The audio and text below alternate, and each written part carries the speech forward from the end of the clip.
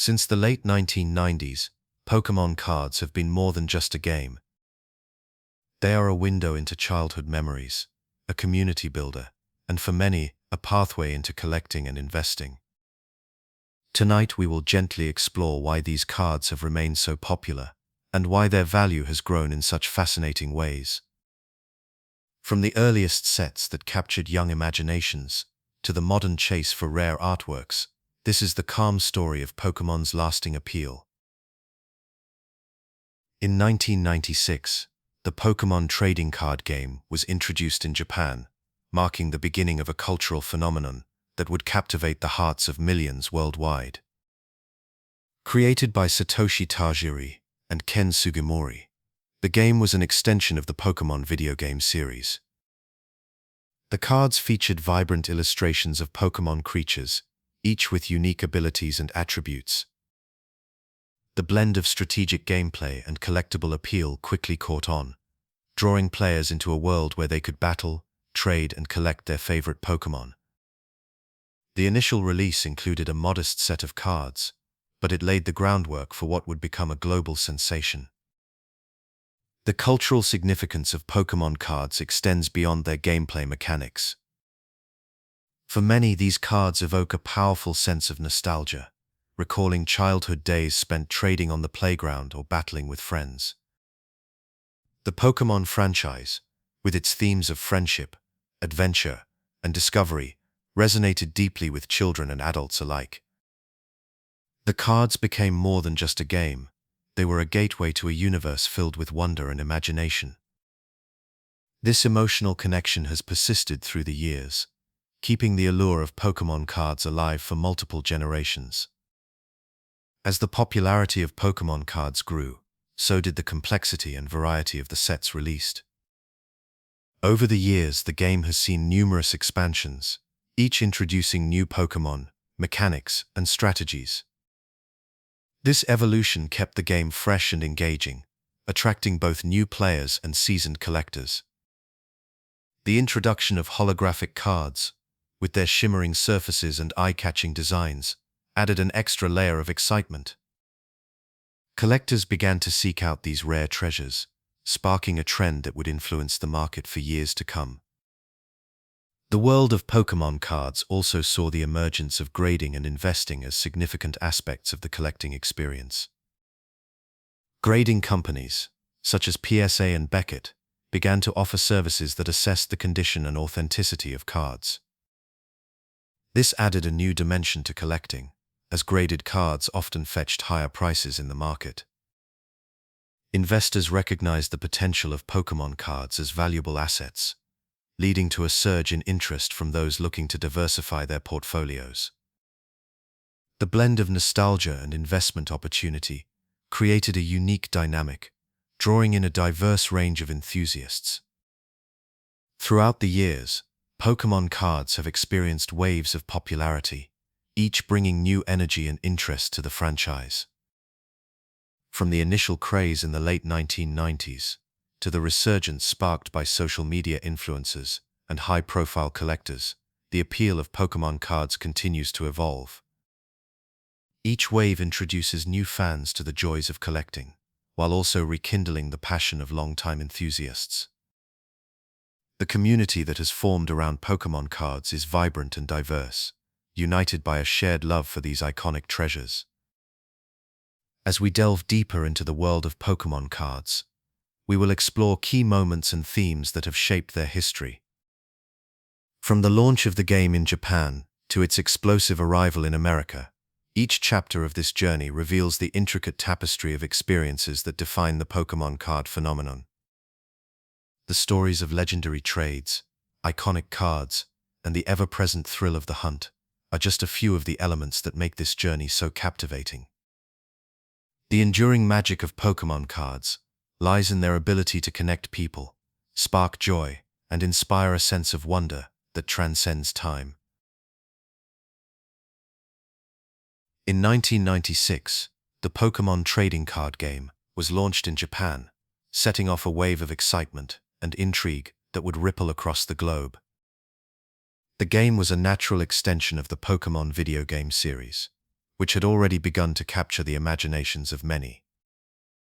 Satoshi Tajiri and Ken Sugimori were instrumental in bringing the cards to life, with Sugimori's art defining the look and feel of the Pokémon universe. The cards themselves featured vivid illustrations, each one a tiny canvas, showcasing a unique Pokémon with its own special abilities and attributes. This combination of art and strategy created a compelling experience that appealed to both collectors and players. The mechanics of the game were designed to be accessible yet deeply strategic, allowing players to engage in battles using their decks of cards. Each card represented a Pokémon, complete with hit points, attacks, and special abilities. Players would take turns drawing cards, deploying Pokémon, and using energy cards to power their attacks. The objective was to defeat the opponent's Pokémon and claim victory. This blend of strategy and chance made each game unique, fostering a sense of competition and camaraderie among players. The allure of building a powerful deck and outsmarting opponents quickly caught on, drawing in a wide audience eager to master the game. The initial reception of Pokémon cards in Japan was nothing short of phenomenal. Children and adults alike were drawn to the colorful cards, eager to collect and trade them with friends. The excitement was palpable, as playgrounds and schoolyards became bustling hubs of activity where young collectors showcased their latest acquisitions. The cards became a social currency, with rare and powerful cards being highly coveted. This fervor was further fueled by the release of the Pokémon anime, which debuted around the same time. The show introduced audiences to the world of Pokémon, following the adventures of Ash Ketchum and his trusty Pikachu. The anime's popularity helped to cement Pokémon as a cultural phenomenon, with the cards serving as a tangible connection to the beloved characters and stories. Behind the scenes, a dedicated team worked tirelessly to ensure the success of the Pokémon trading card game. Creators like Satoshi Tajiri and Ken Sugimori, along with the marketing team at Media Factory, played crucial roles in shaping the game's direction. Their efforts were complemented by strategic promotional events designed to boost sales and interest.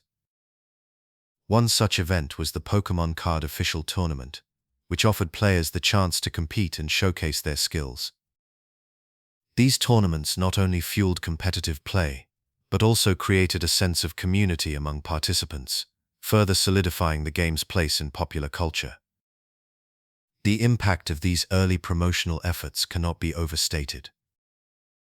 They were instrumental in driving the game's initial success, creating a buzz that would carry over into international markets. The combination of compelling gameplay, vibrant artwork, and strategic marketing laid the groundwork for Pokémon cards to become a global sensation. As the cards gained popularity, they transcended cultural boundaries, appealing to fans of all ages and backgrounds. The launch of Pokémon cards in 1996 was more than just the introduction of a new game.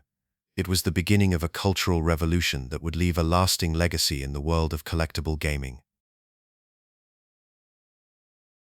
In 1999, Pokémon cards made their grand entrance into the United States, sparking a wave of enthusiasm that quickly swept through the nation.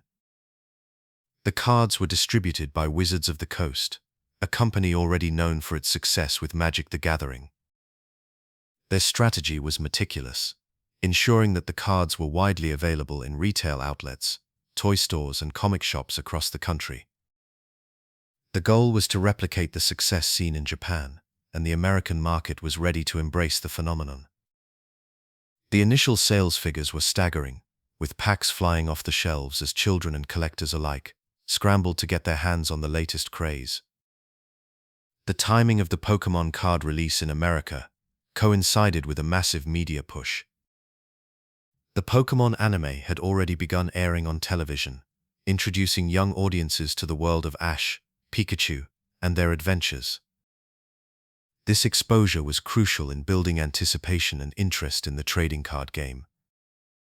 Children were eager to collect cards featuring their favorite Pokémon, and the synergy between the show and the cards created a perfect storm of popularity. The combination of engaging storylines and the allure of collecting made Pokémon a staple in the daily lives of many young fans. Promotional events played a significant role in cementing Pokémon's status as a cultural icon. One of the most notable was the Pokémon Trading Card Game League, hosted at various retail locations across the country. These events provided a space for players to gather, trade cards, and participate in battles. The league offered badges and rewards, mimicking the journey of a Pokémon trainer in the games and anime. This structure added an element of achievement and progression, encouraging continued participation and engagement. Tournaments also became a regular occurrence, drawing large crowds and fostering a competitive spirit among players. As the popularity of Pokémon cards grew, so did the emergence of local trading communities and clubs. Schoolyards and community centers became bustling hubs of activity, where children would gather to trade cards and discuss strategies. These interactions were more than just exchanges of cardboard. They were social experiences that built friendships and rivalries. The sense of community that developed around Pokémon cards was a testament to their impact on American youth culture. It was a shared passion that transcended individual differences, uniting fans in their love for the game. Amidst the excitement and camaraderie, there were early signs of investment interest among collectors. Some individuals began to recognize the potential value of rare cards, setting them aside as future investments. The concept of card grading and preservation started to take hold, with collectors seeking ways to maintain the condition of their prized possessions. This foresight laid the groundwork for the robust secondary market that would develop in the years to come. The allure of owning a complete set or rare card became a driving force for many, adding another layer to the collecting experience. The arrival of Pokémon cards in 1999 marked a pivotal moment in American pop culture. The combination of strategic distribution, media exposure, and community engagement created an ecosystem where Pokémon thrived. It was not just a game, it was a phenomenon that captured the hearts and imaginations of a generation. The legacy of this era continues to influence the Pokémon card market today, as collectors and fans look back on those early days with fondness and nostalgia. The playground, with its swings and slides, transformed into a vibrant marketplace, a realm where Pokémon cards held the power to unite and excite. Children gathered in clusters, their eyes bright with anticipation, as they sifted through stacks of cards, each one a potential treasure. The air buzzed with excitement, and the gentle rustle of cards being shuffled and displayed. Trading Pokémon cards became a ritual, a dance of negotiation and strategy. Children would lay their cards on the ground or on picnic tables, arranging them in neat rows like a collector's showcase. The most coveted cards, often the holographic ones, were displayed with a sense of pride and guarded carefully. Rarity played a crucial role in these exchanges. Cards featuring popular Pokémon like Charizard, Blastoise, and Venusaur were highly sought after, their value known to every child who participated in the trading frenzy. The shimmering holographic cards were the crown jewels, their scarcity making them the ultimate prize in any trade. Children quickly learned the art of negotiation, offering multiple lesser cards in exchange for a single rare one, each trade a delicate balance of desire and strategy.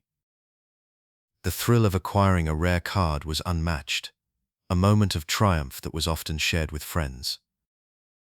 Stories of legendary trades circulated through the playgrounds, becoming the stuff of childhood lore.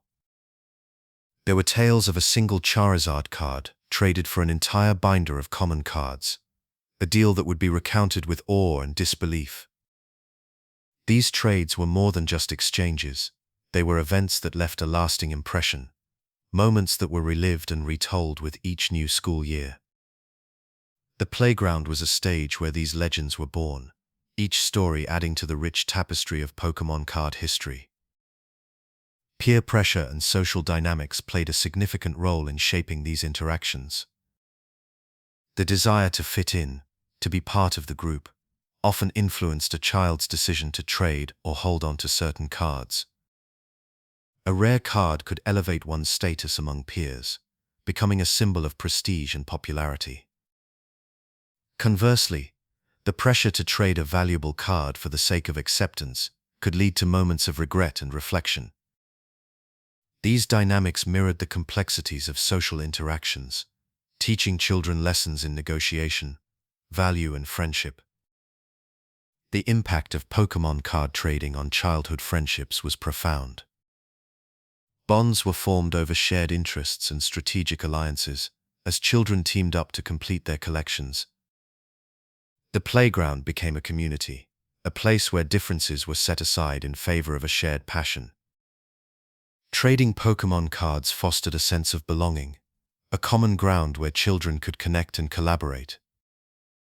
The friendships forged in these exchanges often extended beyond the playground, creating a network of connections that would endure long after the school bell rang. In this bustling marketplace, Pokémon cards were more than just pieces of cardboard. They were artifacts of a shared cultural experience.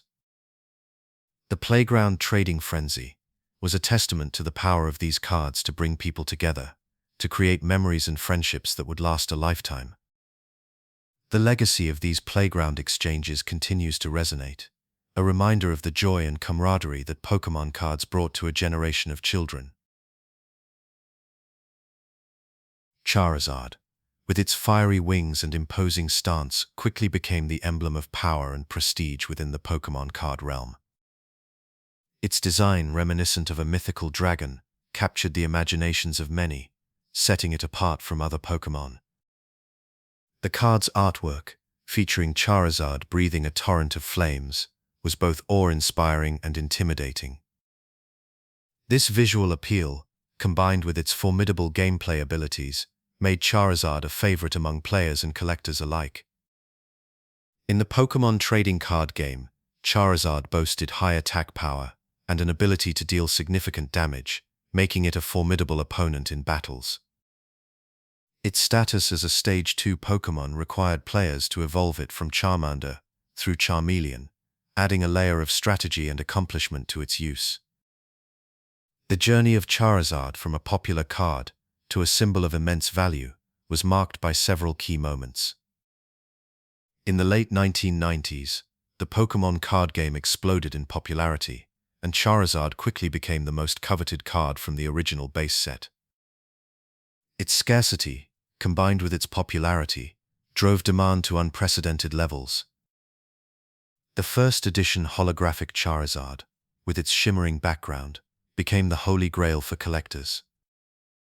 Stories of children trading entire collections just to obtain this single card became legendary, fueling its mystique. The card's allure was not just about gameplay, it was about the prestige it conferred upon its owner. Owning a Charizard was a status symbol, a testament to one's dedication and luck in the world of Pokémon. Rarity played a significant role in Charizard's rise to fame. The original base set Charizard was printed in limited quantities, and finding one in mint condition was a challenge. As the years passed, the condition of these cards became a crucial factor in determining their value. Grading companies began assessing cards based on centering, surface, corners, and edges, providing a standardized way to evaluate condition. A Charizard card graded as a perfect 10 became a prized possession, with prices soaring at auctions and private sales. The combination of rarity, condition, and nostalgia made Charizard a cornerstone of Pokémon card collections. The influence of social media and pop culture further cemented Charizard's legacy. As platforms like YouTube and Instagram gained popularity, collectors began sharing their collections and unboxing experiences. Charizard often took center stage in these videos, its image synonymous with the pinnacle of Pokémon collecting. Influencers and celebrities showcasing their Charizard cards brought renewed attention to its value, sparking interest among new generations of collectors. The card's presence in pop culture, from merchandise to video games, ensured its continued relevance and desirability. Collectors have shared countless stories of their Charizard journeys, each one unique yet tied by a common thread of passion and perseverance. Some recount the thrill of finding a Charizard in a booster pack, a moment of pure elation. Others speak of the long search, scouring card shops and online marketplaces to complete their collections. For many, Charizard represents more than just a card. It is a piece of their childhood, a connection to simpler times. The pursuit of Charizard has forged friendships and created memories, weaving a rich tapestry of experiences that continue to resonate within the Pokémon community. Charizard's enduring appeal lies in its perfect blend of design, rarity, and cultural significance. It stands as a testament to the power of nostalgia and the thrill of collecting, a symbol of the enduring magic of Pokémon cards. As new sets are released and the Pokémon universe expands, Charizard remains a constant, its fiery spirit igniting the hearts of collectors around the world. In the early days of the Pokémon trading card game, certain cards sparked debates and controversies that would shape the future of the game. One of the most notable cards to face a ban was the Koga's Ninja Trick from the Gym Challenge set. This card allowed players to swap a card from their hand with a card from their deck, but its Japanese version featured artwork that was deemed inappropriate for younger audiences. The card depicted a swastika-like symbol, which, despite being a traditional Buddhist symbol, was removed in international releases due to its potential for misinterpretation. This incident highlighted the importance of cultural sensitivity in card design, prompting careful consideration in future releases. Another card that stirred controversy was Sabrina's Gaze, which was initially banned due to its artwork. The card's illustration featured a character in a pose that was considered suggestive, leading to its removal from official tournaments. This decision underscored the need for artwork that aligns with the family-friendly image of Pokémon. The removal of these cards sparked discussions among players and collectors about the balance between creative freedom and appropriate content, shaping the ethical standards for card illustrations. The infamous Slowking card from the Neo Genesis set faced restrictions due to its powerful ability. The card allowed players to manipulate their opponent's deck, giving them a strategic advantage that was deemed too disruptive for competitive play. As a result, Slowking was banned in certain tournaments to maintain a fair playing field. This decision highlighted the ongoing challenge of balancing powerful card abilities with the need for equitable competition. The ban prompted designers to carefully evaluate card mechanics to ensure a balanced gameplay experience. Reactions from the community were mixed, with some players supporting the bans as necessary for maintaining fairness, while others lamented the loss of strategic options. The discussions surrounding these bans fostered a deeper understanding of the game's mechanics and the importance of maintaining a level playing field. Players began to appreciate the need for rules that ensure both fun and competitive integrity, leading to a more refined approach to card design and gameplay. These early controversies had a lasting impact on the evolution of Pokémon cards. The need for balance between fun and competition became a guiding principle in the development of new sets. Designers learned to anticipate potential imbalances and address them proactively, resulting in more thoughtful and strategic gameplay. The lessons learned from these controversies also influenced the creation of tournament rules, ensuring that the competitive environment remained fair and enjoyable for all participants. The legacy of these early banned cards is evident in the ongoing discussions about card design and gameplay balance. The controversies prompted a shift towards more rigorous testing and evaluation of new cards before their release. This approach has helped to prevent similar issues from arising in future sets, ensuring that the Pokémon trading card game continues to evolve in a way that respects both its players and its cultural impact. The stories of these early banned cards serve as a reminder of the complexities involved in creating a game that is both engaging and fair.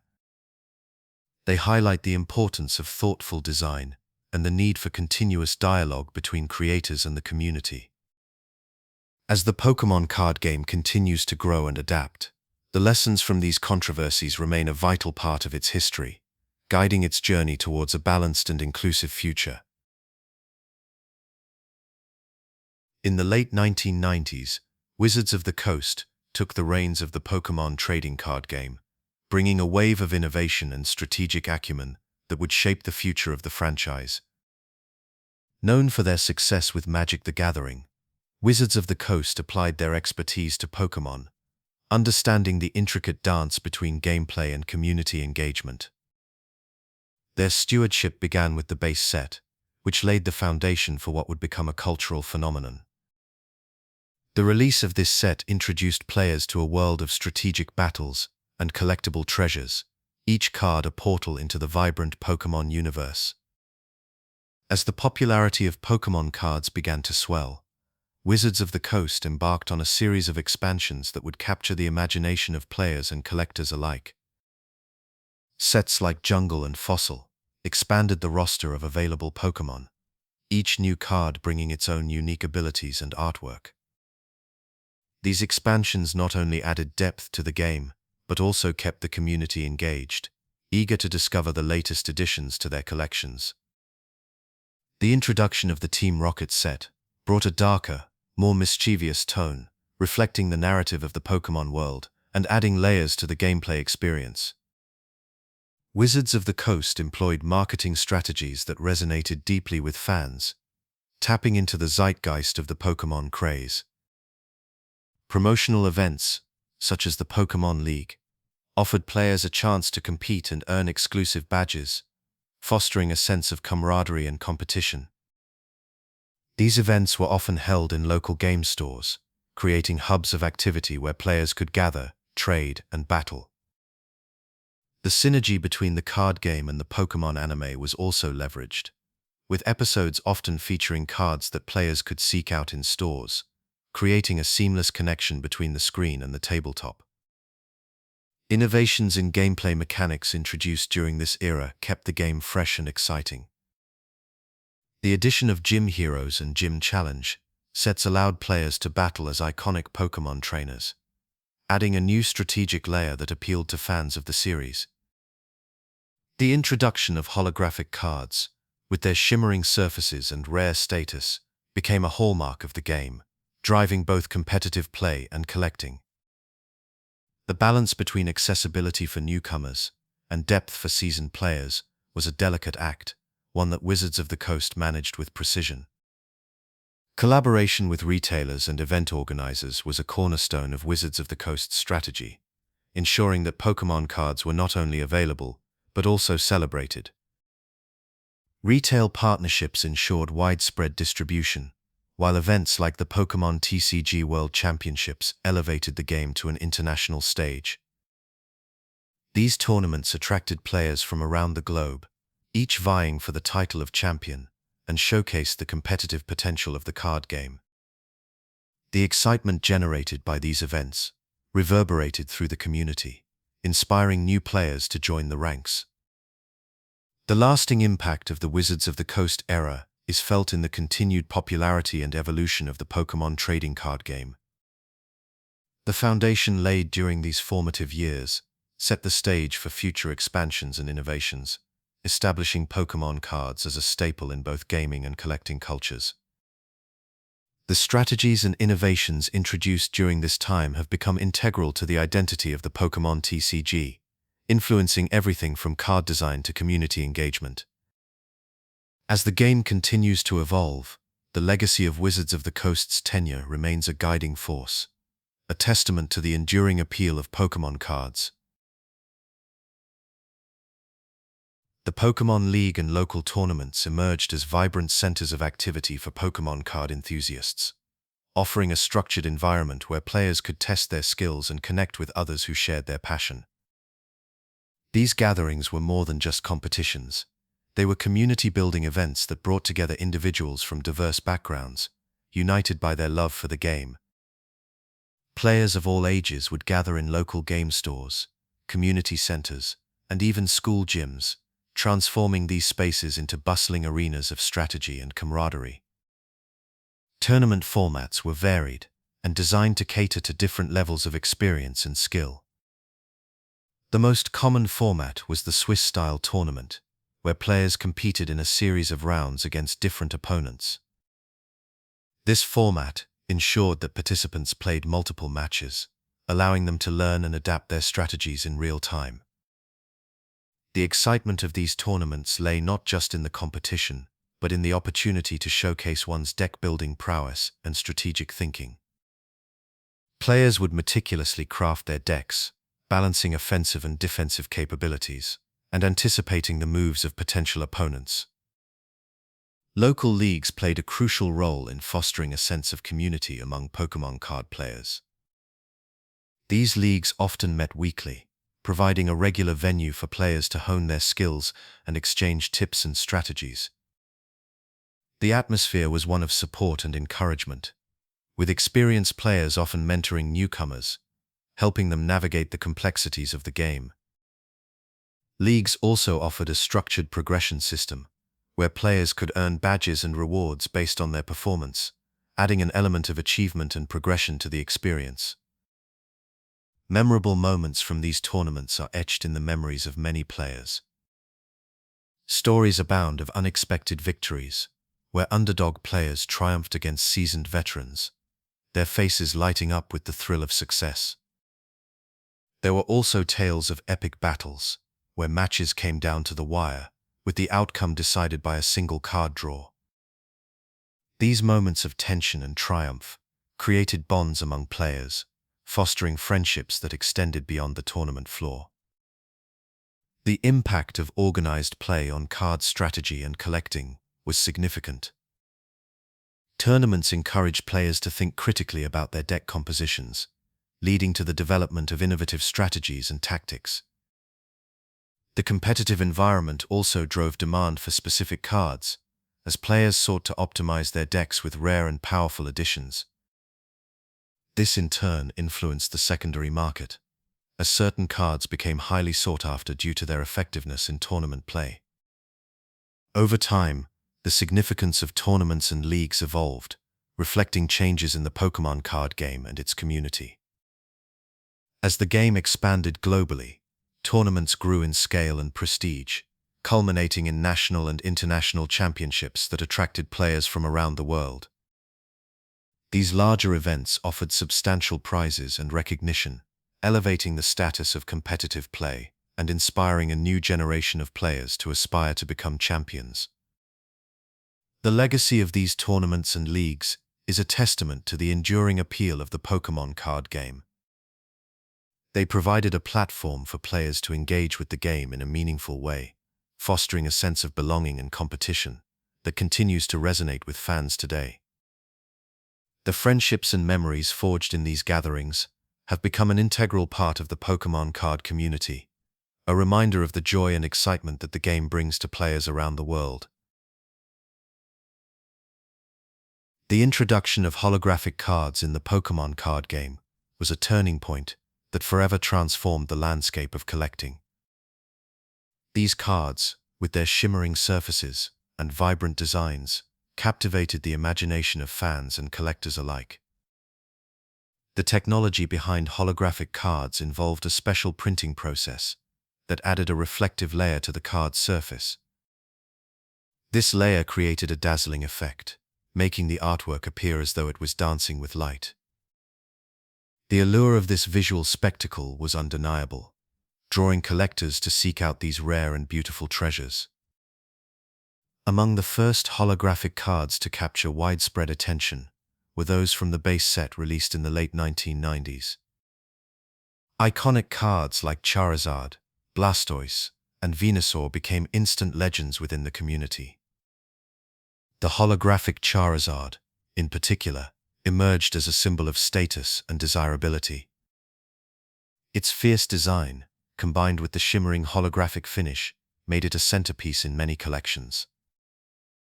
The scarcity and aesthetic appeal of these cards created a fervor among collectors, driving both demand and value to unprecedented heights. Collectors often recount their first experiences with holographic cards as moments of pure wonder and excitement. Opening a pack and discovering a holographic card nestled within was akin to finding hidden treasure. The anticipation of revealing that glimmering surface was a thrill that resonated deeply with fans.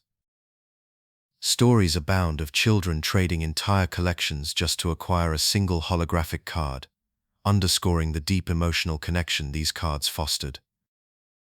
For many, the pursuit of holographic cards became a cherished part of their childhood, a quest filled with joy and camaraderie. The impact of holographic cards on the marketplace was profound. Their introduction marked a shift in how cards were valued and traded. Collectors and investors quickly recognized the potential for these cards to appreciate in value, particularly those in mint condition. The combination of rarity, condition, and the holographic effect created a perfect storm of desirability. As the Pokémon card game continued to grow, holographic cards from subsequent sets maintained their appeal, ensuring a steady demand in the secondary market. Beyond their initial impact, holographic cards have left a lasting legacy in the Pokémon community.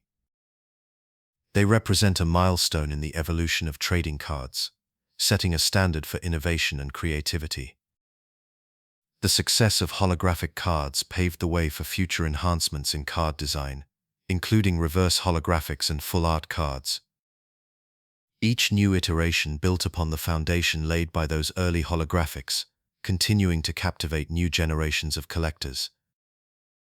The enduring popularity of holographic cards is a testament to their unique role in the Pokémon card game. They symbolize the magic and excitement of collecting, a tangible reminder of the joy found in the hunt for rare and beautiful items. The shimmering allure of these cards continues to inspire collectors, old and new, to seek out the treasures that lie within each pack. As the Pokémon card game evolves, the legacy of holographic cards remains a beacon of creativity and wonder, forever etched in the hearts of those who cherish them. The Pokémon 2000 movie premiered in the summer of 2000, introducing audiences to an epic adventure featuring legendary Pokémon like Lugia and the legendary bird trio. Alongside the cinematic release, a series of promotional cards were distributed, creating a fervor among fans and collectors.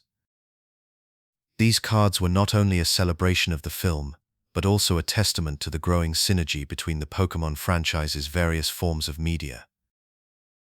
Each promotional card was imbued with unique artwork, often depicting scenes or characters from the movie, adding a layer of depth and connection to the cinematic experience. The promotional cards tied to the Pokémon 2000 movie were released in several forms, each with its own allure. Notably, the Ancient Mew card became an iconic piece of this collection. Given away at movie theaters, this card featured a mysterious design with hieroglyphic-style writing and a holographic finish.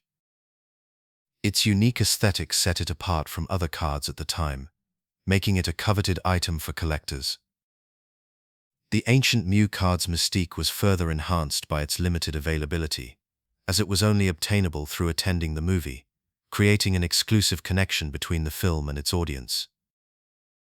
The impact of the Pokémon 2000 movie on card sales and popularity was significant.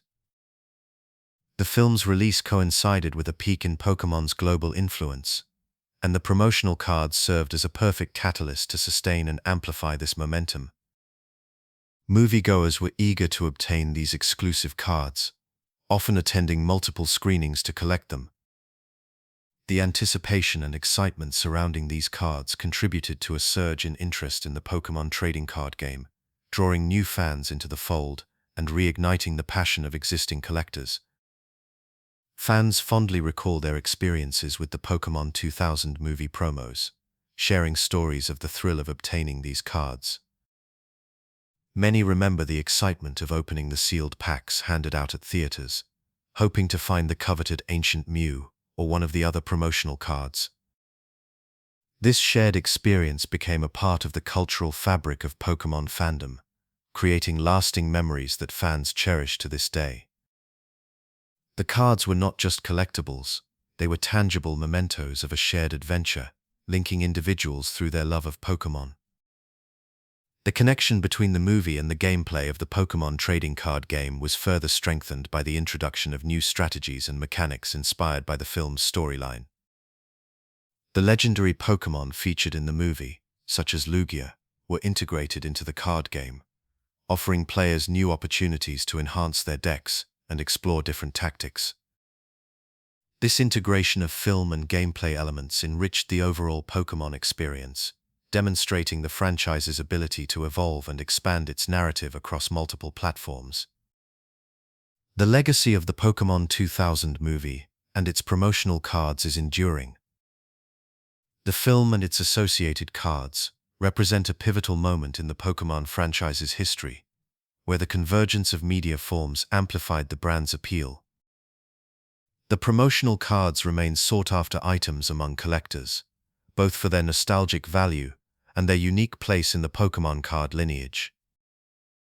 The movie's success and the fervor it generated for these cards underscored Pokémon's capacity to capture the imagination of audiences worldwide, solidifying its status as a cultural phenomenon that continues to thrive across generations.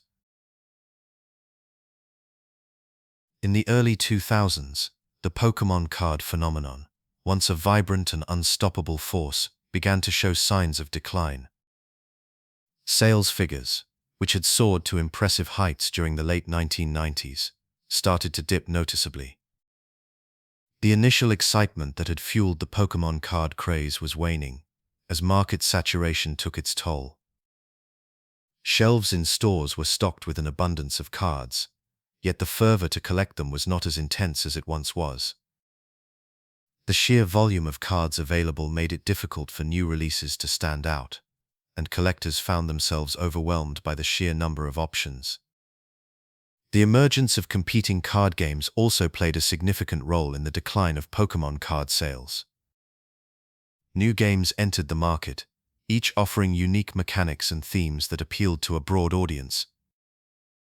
Titles such as Yu-Gi-Oh! And Magic the Gathering began to capture the attention of card enthusiasts, drawing them away from Pokémon. These new entrants brought fresh excitement and challenges, enticing players with innovative gameplay that was different from the familiar structure of Pokémon battles. As players explored these new games, the once dominant Pokémon cards found themselves competing for attention in an increasingly crowded marketplace. Collectors, too, experienced a shift in their interests. The initial wave of Pokémon card enthusiasts, many of whom were children in the late 1990s, were growing older. With age came new hobbies and responsibilities, leading to a natural decline in the time and energy they could devote to collecting. Stories from this period often recount how collections were tucked away in closets or attics, left to gather dust as their owners moved on to other pursuits. The magic that had once captivated them was overshadowed by new interests, from video games to sports, and even the burgeoning world of online entertainment. The digital age further impacted traditional trading and collecting practices. As technology advanced, new forms of entertainment emerged, drawing attention away from physical card games. The rise of the internet and the growing popularity of online gaming offered new ways to connect and compete, often at the expense of in-person interactions that had been a hallmark of the Pokémon card community. This shift to digital platforms changed the way people engaged with games, making the tactile experience of trading cards less appealing to a generation increasingly accustomed to screens and virtual worlds. Despite these challenges, the Pokémon card community did not disappear entirely. While sales and interest declined, a dedicated core of collectors remained committed to the hobby. These enthusiasts continued to trade and play, albeit in smaller numbers, keeping the spirit of Pokémon alive during this quieter period. Their passion provided a foundation for the eventual resurgence of interest in Pokémon cards, as new generations discovered the joy of collecting and battling. The early 2000s marked a period of transition for the Pokémon card phenomenon. While the decline in sales and interest was evident, it also set the stage for future growth and innovation. The challenges faced during this time prompted the Pokémon Company and its partners to rethink their strategies, laying the groundwork for the revitalization of the brand in the years to come. As the community weathered this downturn, the lessons learned would prove invaluable in navigating the ever-evolving landscape of collectible card games.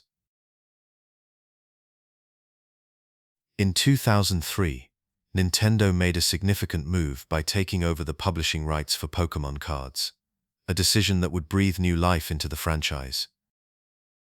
This shift marked a crucial turning point, as Nintendo sought to revitalize the brand and recapture the hearts of fans who had drifted away.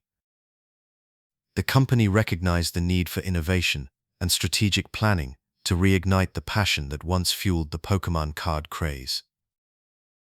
With a clear vision, Nintendo embarked on a mission to rejuvenate the game, focusing on creativity and engagement to attract both old and new audiences. Nintendo's approach centered on introducing fresh expansions that would captivate players with innovative gameplay mechanics and captivating designs. The company understood that to stand out in a crowded market, Pokémon cards needed to offer something unique. This led to the development of new sets that featured exciting elements and strategic depth, appealing to both casual collectors and competitive players. By enhancing the gameplay experience, Nintendo aimed to create a dynamic environment that encouraged players to explore and engage with the cards in new ways. Marketing played a critical role in Nintendo's strategy to rekindle interest among collectors. The company launched a series of targeted campaigns designed to reach a wide audience, from longtime fans to newcomers. These initiatives included promotional events, collaborations with popular media outlets, and strategic partnerships with retailers. By leveraging these channels, Nintendo successfully generated buzz and excitement around the Pokémon card game, drawing attention to the new expansions and reinvigorating the community's enthusiasm. Collaboration with other Nintendo franchises further boosted the visibility of Pokémon cards. By integrating elements from beloved Nintendo properties, the company created crossover appeal that attracted fans from different gaming communities. This synergy not only expanded the reach of Pokémon cards, but also introduced new players to the world of Pokémon, fostering a sense of unity and shared interest. The inclusion of familiar characters and themes from other Nintendo games added a layer of nostalgia and excitement, enhancing the overall appeal of the cards. As Nintendo implemented these strategies, early signs of renewed community engagement began to emerge. Collectors and players returned to the hobby, drawn by the fresh content and the promise of exciting new experiences. Local tournaments and league events saw increased participation as fans gathered to share their passion and compete with one another. The sense of camaraderie and shared enthusiasm helped to rebuild the community, creating a vibrant atmosphere that celebrated the joy of collecting and playing Pokémon cards. The impact of Nintendo's efforts was evident in the revitalization of the Pokémon card market. Sales figures began to climb, reflecting the growing interest and excitement among collectors. The brand's renewed focus on quality and innovation resonated with fans, who responded positively to the changes. This resurgence marked the beginning of a new era for Pokémon cards, as Nintendo's strategic direction laid the foundation for continued growth and success in the years to come. Nintendo's takeover in 2003 was a pivotal moment that reshaped the landscape of Pokémon card collecting. Through a combination of innovative expansions, strategic marketing, and cross-franchise collaborations, Nintendo successfully reignited the passion for Pokémon cards. The company's efforts not only revitalized the brand, but also strengthened the community, ensuring that Pokémon cards would remain a beloved and enduring part of gaming culture. As the Pokémon card game continued to evolve, the legacy of this transformative period would be felt for years to come, guiding the franchise towards new heights of popularity and success. The Pokémon trading card game saw a significant evolution with the introduction of EX cards, a pivotal moment that reinvigorated interest among players and collectors. These cards, known for their enhanced power and striking artwork, brought a fresh dynamic to the game that both challenged and excited the community. EX cards were introduced in the early 2000s, with the release of the Pokémon Ruby and Sapphire set. The term EX stands for extra, highlighting the additional strength and abilities these cards possessed compared to their standard counterparts. EX cards featured Pokémon that had higher hit points and powerful attacks, often requiring strategic planning to maximize their potential. Unlike regular Pokémon cards, when an EX card was knocked out, the opponent would draw 2 prize cards instead of 1. This added a layer of risk and reward, encouraging players to carefully consider the inclusion of EX cards in their decks. The strategic depth introduced by these mechanics revitalized competitive play, as players sought to build decks that could effectively utilize the strengths of EX cards while mitigating their vulnerabilities. The initial sets that introduced EX cards, such as Ruby and Sapphire, Sandstorm and Dragon, were met with enthusiasm and curiosity. Players were eager to explore the new possibilities these cards presented, experimenting with various combinations and strategies. The allure of EX cards was not just in their gameplay mechanics but also in their visual appeal. The artwork on EX cards was often more elaborate and vibrant, capturing the essence of the Pokémon in dynamic poses and settings. This made them highly desirable among collectors, who appreciated the aesthetic value these cards added to their collections. Collectors shared stories of the thrill of pulling an EX card from a booster pack, a moment filled with excitement and anticipation. The rarity and power of these cards made them prized possessions, often becoming the centerpiece of personal collections. The introduction of EX cards also sparked a resurgence in trading, as players and collectors sought to acquire these coveted items. The community buzzed with discussions about the best strategies to employ with EX cards and the most effective ways to integrate them into existing decks. In the realm of competitive play, EX cards had a profound impact on deck-building strategies. Players needed to adapt to the new meta, which now included these formidable cards. The presence of EX cards in a deck could turn the tide of a match, but their inherent risk required careful management. This led to a more dynamic and engaging competitive scene, where players constantly refined their strategies to stay ahead. The introduction of EX cards also influenced the development of future expansions, as designers sought to balance the power of these cards with new mechanics and features. The legacy of EX cards is evident in the evolution of the Pokémon trading card game. They set a precedent for the introduction of powerful and visually stunning cards, paving the way for future innovations such as GX and V cards. The excitement and strategic depth brought by EX cards continue to resonate with players and collectors, underscoring their lasting impact on the game. As the Pokémon trading card game evolves, the influence of EX cards remains a testament to the enduring appeal of innovation and creativity in the world of Pokémon. The competitive scene of the Pokémon trading card game has always been a vibrant and integral part of its culture, with organized play providing a stage for players to showcase their skills. The structure of competitive tournaments is designed to test both strategic thinking and adaptability. Players compete in Swiss rounds, where they face multiple opponents, with each match contributing to their overall standing. The format ensures that even if a player loses a match, they still have the opportunity to advance, emphasizing consistency and skill over luck. This system culminates in elimination rounds, where only the top players compete for the championship title. The pinnacle of competitive play is the Pokémon World Championships, an annual event that draws participants from around the globe. These championships are the ultimate test of skill, where players who have excelled in local and regional tournaments gather to compete on an international stage. The atmosphere is charged with anticipation, as competitors from various countries bring diverse strategies and decks, each hoping to claim the coveted title. The World Championships not only highlight individual talent, but also foster a sense of global community among players who share a passion for the game. Throughout the years, the World Championships have produced countless memorable moments and legendary players. One such moment occurred when a young competitor, armed with a deck that defied conventional strategies, swept through the competition, capturing the attention of both fans and fellow players.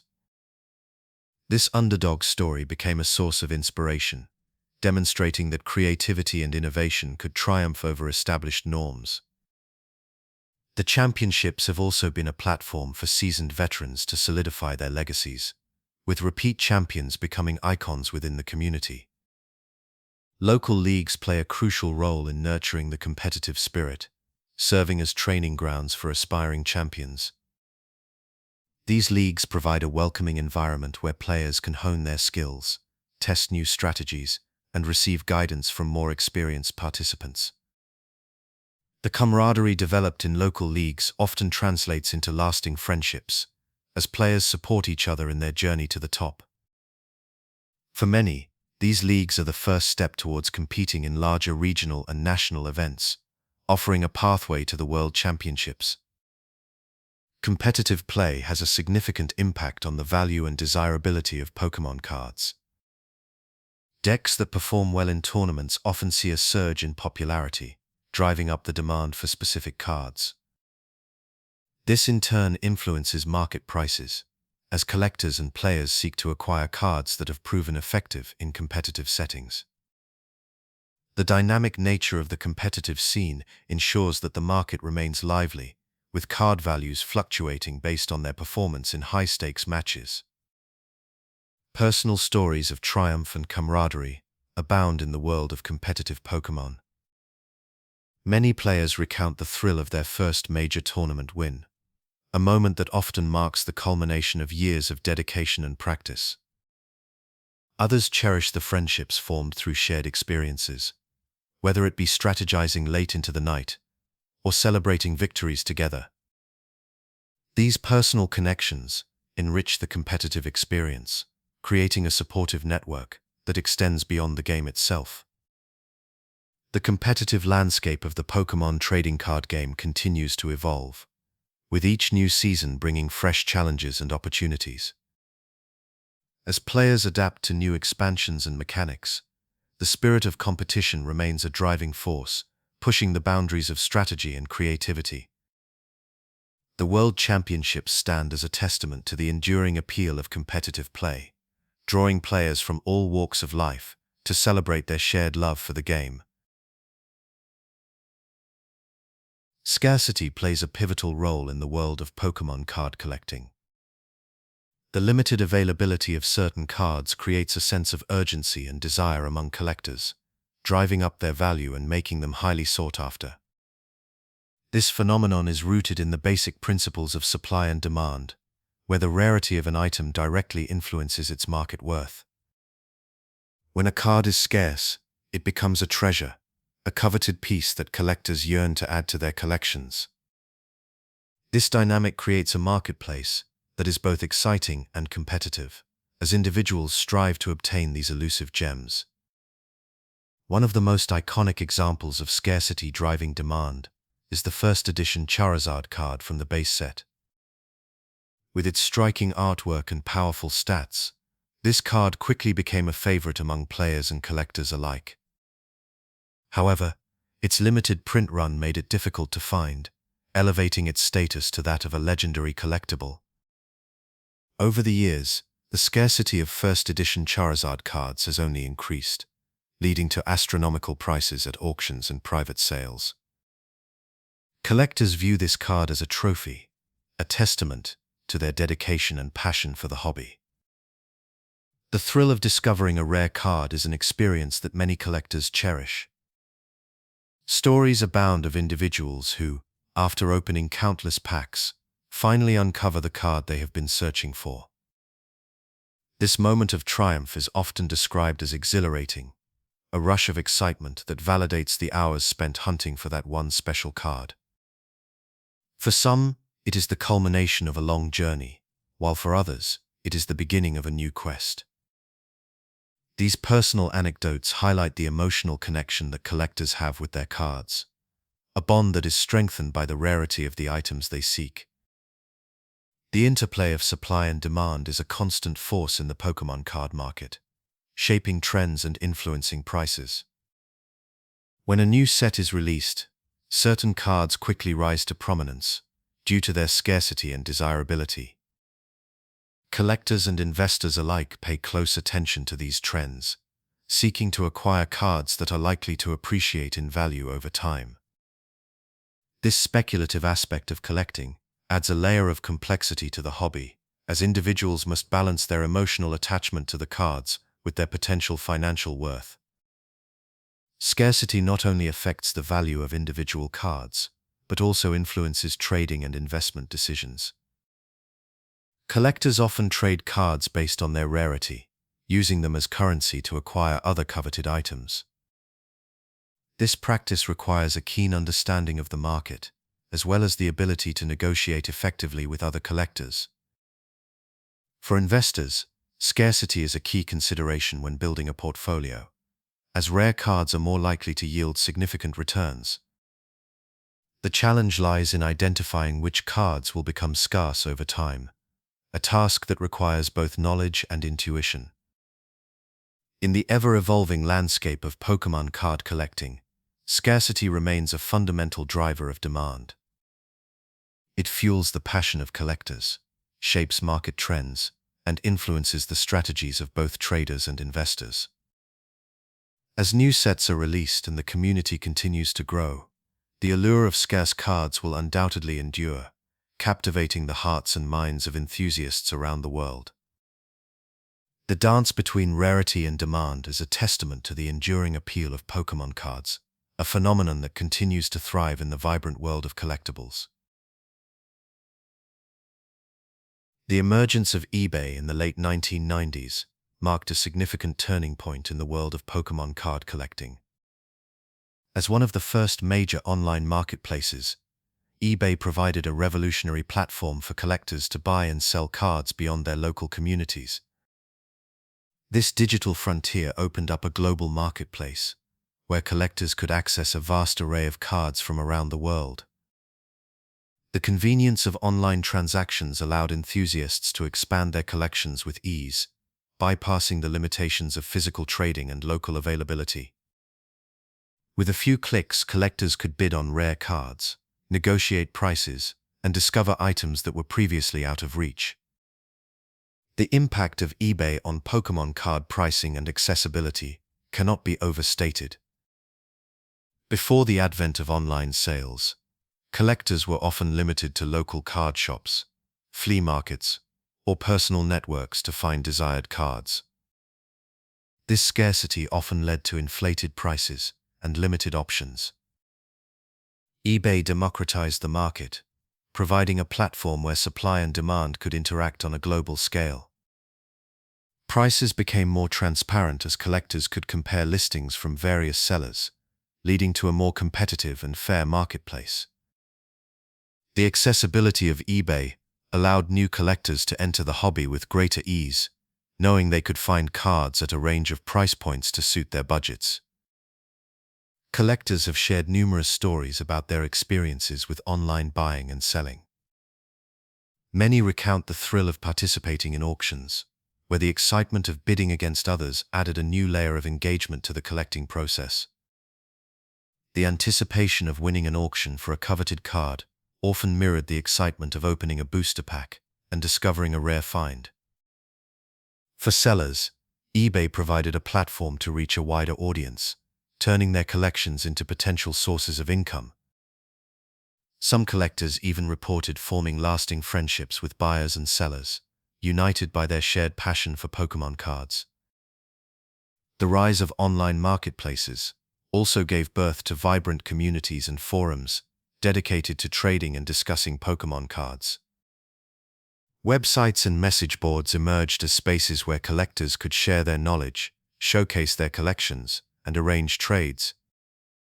These online communities fostered a sense of camaraderie and support, as members offered advice on card values, shared tips on identifying fakes, and celebrated each other's successes. The sense of belonging and connection within these digital spaces mirrored the social dynamics of in-person trading, albeit on a much larger scale. However, the shift to online sales also introduced new challenges, particularly concerning authenticity and trust. The anonymity of the internet made it easier for counterfeiters to sell fake cards, posing a significant risk to unsuspecting buyers. Collectors had to become more vigilant, learning to spot signs of forgery, and relying on seller ratings and reviews to gauge trustworthiness. The presence of counterfeit cards led to a greater emphasis on authentication, with some buyers turning to grading companies to verify the legitimacy of their purchases. This need for assurance highlighted the importance of trust in online transactions, as collectors navigated the complexities of a digital marketplace. Despite these challenges, the rise of eBay and online card sales has undeniably transformed the Pokémon card collecting experience. The ability to connect with a global community, access a diverse range of cards, and engage in dynamic buying and selling has enriched the hobby for countless enthusiasts. As digital platforms continue to evolve, they offer new opportunities for collectors to explore the ever-expanding world of Pokémon cards, ensuring that the passion for this beloved pastime endures across generations. The rise of grading companies in the Pokémon card market marked a significant shift in how collectors approached their hobby. Companies like PSA, Beckett, and CGC have become household names among enthusiasts, offering services that assess the condition and authenticity of cards with precision. These companies utilize a meticulous process to evaluate each card, examining factors such as centering, corners, edges, and surface quality. The final product is a graded card encased in a protective slab, with a numerical score that reflects its overall condition. This score, often ranging from 1 to 10, provides a clear indication of the card's quality and desirability. Grading has profoundly impacted the value of Pokémon cards, turning them into more than just collectibles. A card that is graded highly can see a substantial increase in its market value, often commanding prices several times higher than its ungraded counterpart. This is particularly true for rare or iconic cards, where a perfect grade can lead to record-breaking sales. The numerical score offers a standardized measure that collectors and investors can rely on, removing much of the guesswork previously associated with card value. This has made grading an essential aspect of serious collecting and investing, as a high grade can significantly enhance a card's desirability and marketability. Collectors often share their experiences with grading, highlighting its importance in their investment strategies. Many recount the anticipation of submitting their cards for grading, hoping for high scores that will elevate their collection's value. The process of grading has become a rite of passage for serious collectors, offering a sense of validation and prestige. For some, receiving a high grade is a moment of triumph, affirming the quality of their treasured cards. Others emphasize the peace of mind that comes with knowing their cards have been authenticated, providing assurance against the risk of counterfeits. Graded cards have reshaped trading and collecting practices, introducing a new level of professionalism to the hobby. The presence of a graded card in a collection adds a layer of credibility, often serving as a centerpiece that garners admiration and envy. In trading scenarios, graded cards simplify negotiations, as their value is more straightforwardly determined by the grade.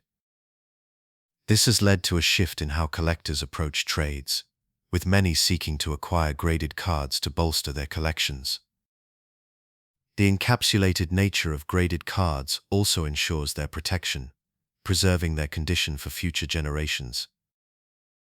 The implications of grading in the Pokémon card market continue to evolve. As grading companies expand their services and refine their processes, collectors are presented with more options and greater assurance in their investments. The demand for graded cards shows no signs of waning, with collectors increasingly viewing grading as a necessary step in the life cycle of their cards. This trend suggests a future where grading becomes even more integral, shaping the market dynamics and influencing how new generations of collectors engage with Pokémon cards. The rise of grading companies has undeniably added a layer of sophistication to the hobby, elevating it from a simple pastime to a respected form of collecting and investment. Condition and centering are pivotal in determining the value and desirability of Pokémon cards. These elements are meticulously assessed by grading companies, which evaluate a card's overall quality. Condition refers to the physical state of the card, encompassing aspects such as surface wear, edge fraying, and corner integrity. A card in mint condition shows no visible wear, maintaining its pristine appearance as if it were freshly pulled from a pack. Even minor imperfections, such as slight surface scratches or tiny nicks on the edges, can significantly impact a card's grade and consequently its market value. Centering, on the other hand, pertains to the alignment of the card's artwork and borders. This factor is crucial because it affects the visual appeal of the card.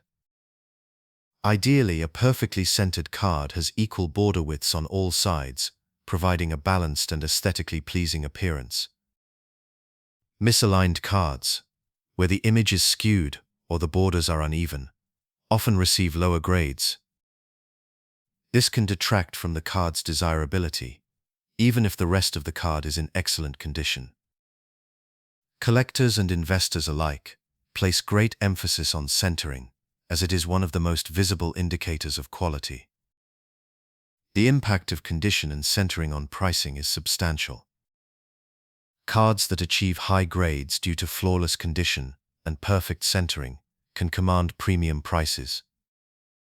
For instance, a first-edition Charizard card in mint condition, with impeccable centering, can fetch thousands of dollars at auction.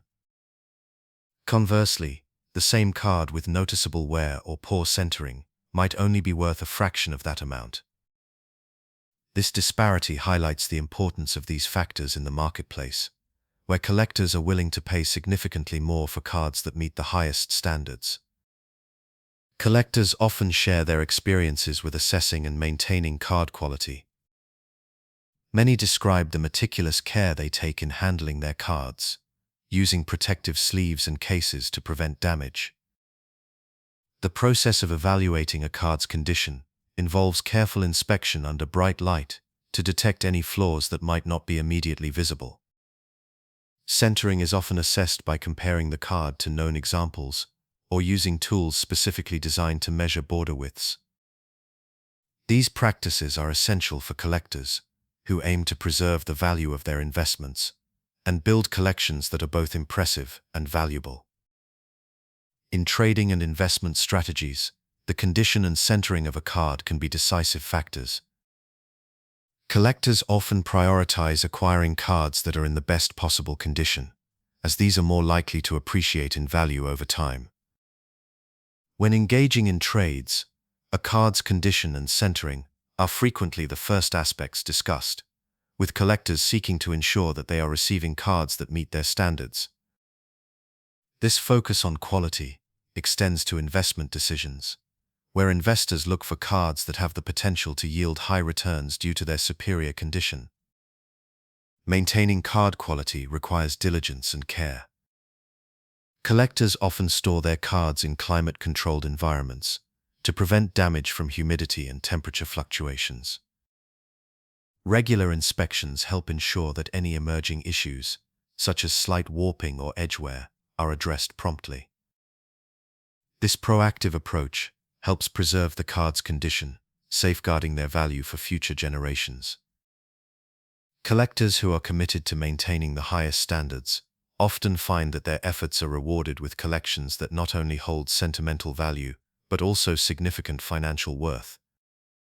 Understanding the nuances of condition and centering is crucial for anyone involved in Pokémon card collecting. These elements are not just technical details, they are integral to the art and science of building a valuable collection. The meticulous attention to quality reflects the passion and dedication of collectors who strive to preserve the legacy of Pokémon cards, ensuring that these cherished items continue to captivate and inspire. Legendary Pokémon stand as towering figures in the Pokémon universe, embodying mythical qualities that captivate fans and collectors alike.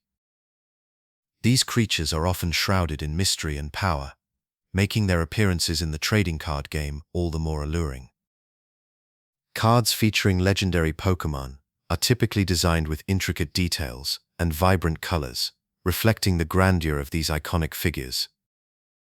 The artwork often portrays them in dynamic poses, set against dramatic backgrounds that emphasize their formidable presence.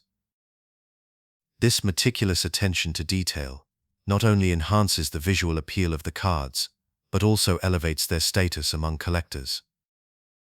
In gameplay, legendary Pokémon introduce unique strategies and challenges.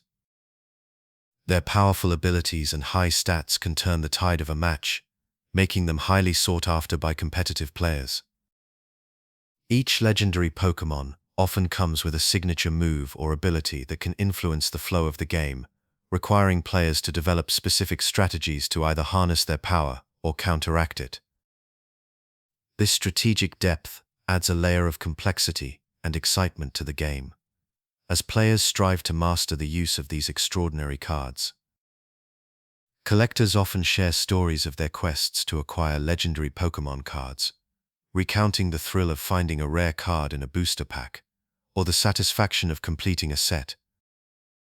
These cards are not just pieces of cardboard, they are treasures that hold personal significance and memories. Many collectors describe the joy of adding a legendary card to their collection, knowing that they possess a piece of Pokémon history.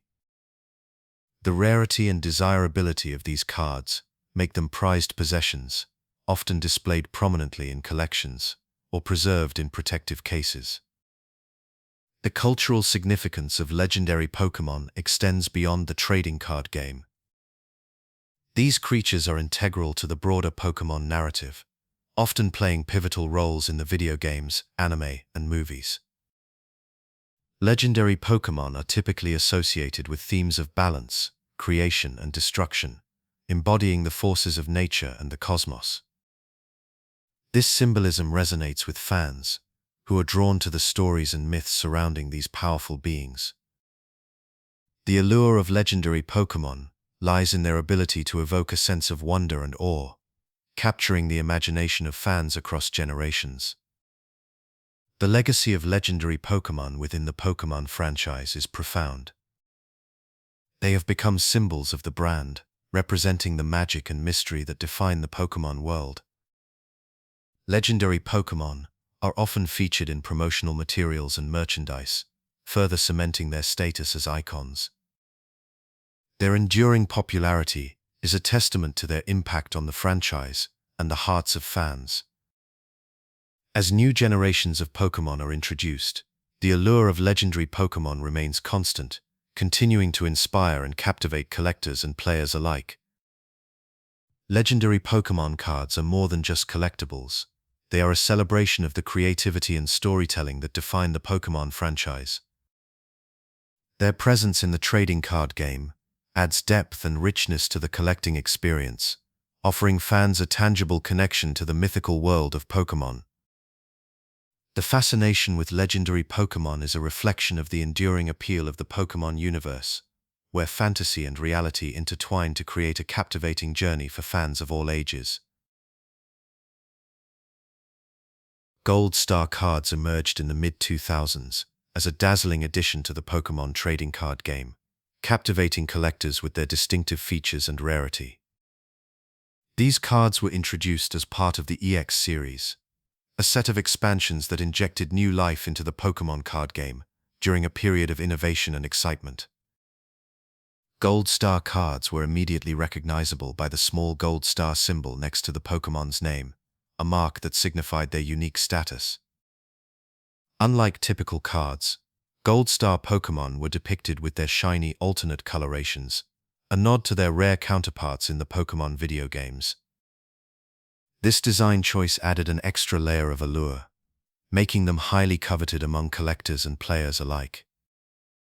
The design of Gold Star cards was a testament to the artistry and creativity of the Pokémon card creators.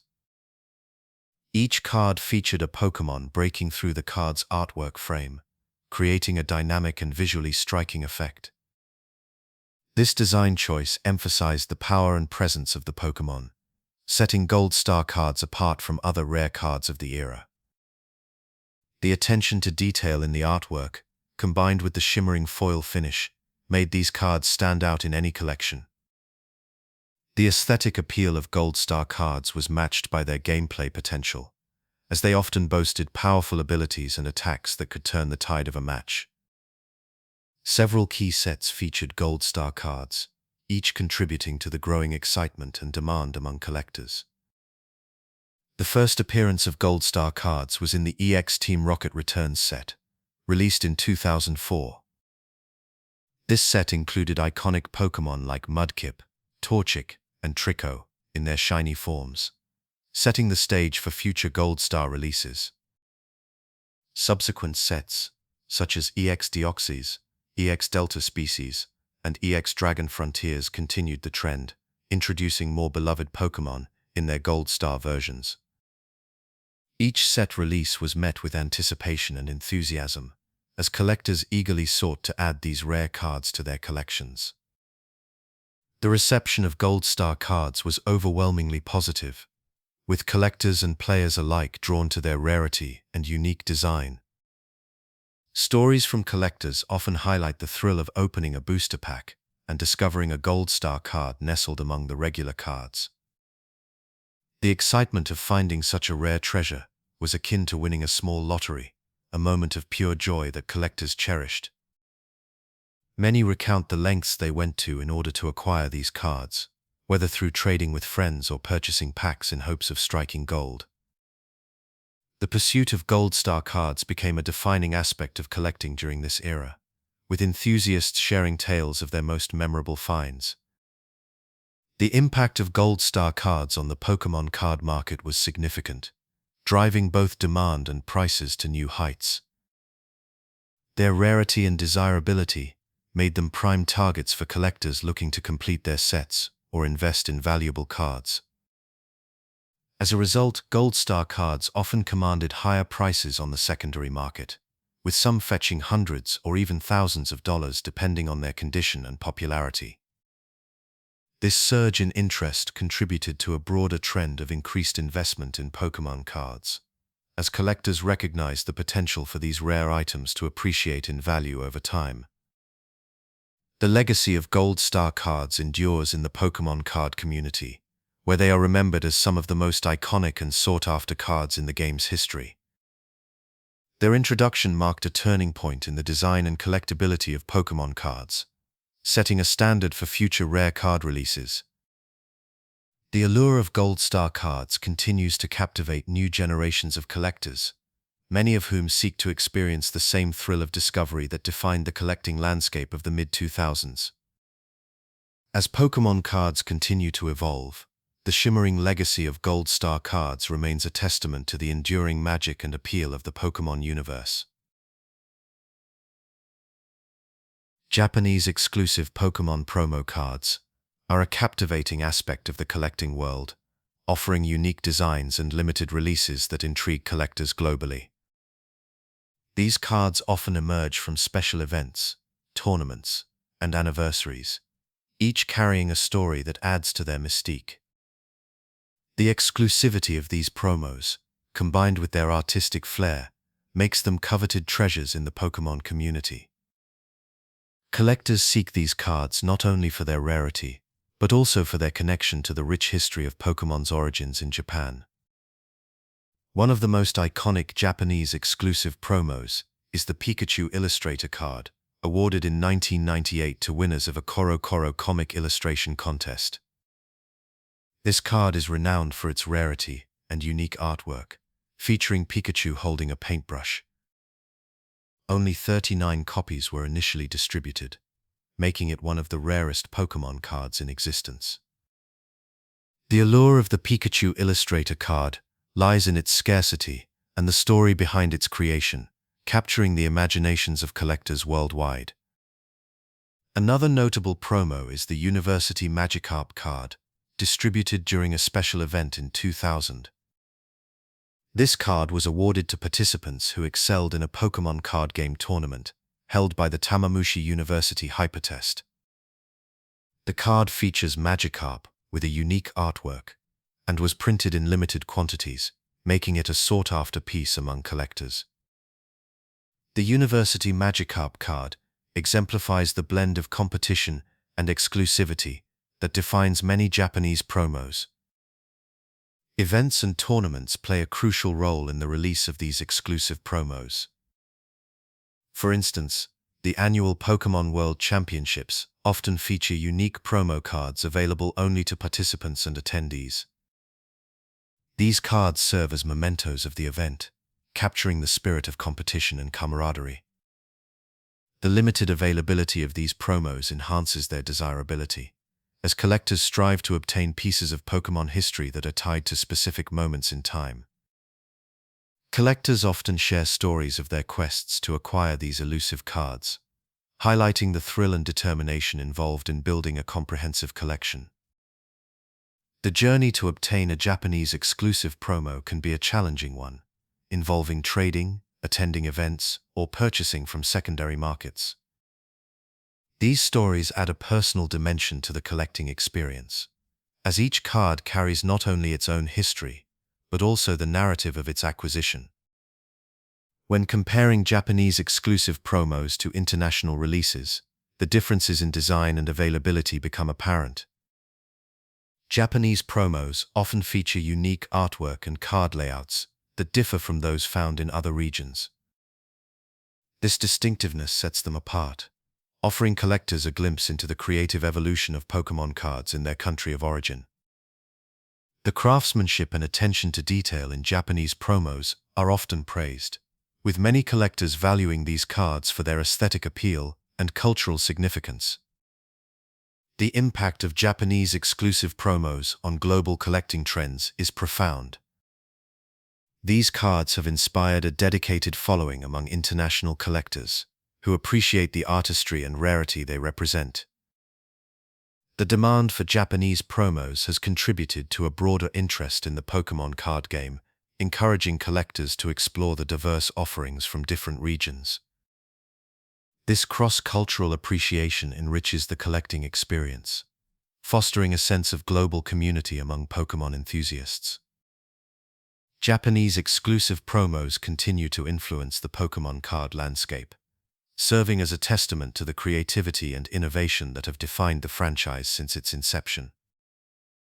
The allure of these cards lies in their ability to capture the essence of Pokémon's origins, while offering collectors a tangible connection to the rich tapestry of events and stories that have shaped the Pokémon universe. As collectors delve into this treasure trove of unique designs and limited releases, they are reminded of the enduring magic that makes Pokémon cards a beloved part of their lives. The Diamond and Pearl era of Pokémon cards arrived with a refreshing wave of innovation and charm, capturing the attention of both seasoned collectors and newcomers alike.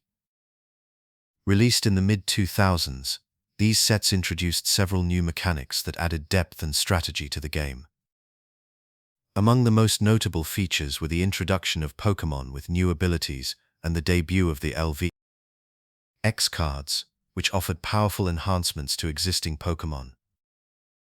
These innovations breathed new life into the Pokémon card game, creating a dynamic environment for players and collectors to explore. Enju Ingel Boitu, Viva Kamtu, Alvas, Inofios Tutuso, Kamindars, Endu the Sunde. X cards stood out as a groundbreaking addition during this era. These cards allowed players to evolve their Pokémon to a new level of strength and capability, representing a significant shift in gameplay strategy.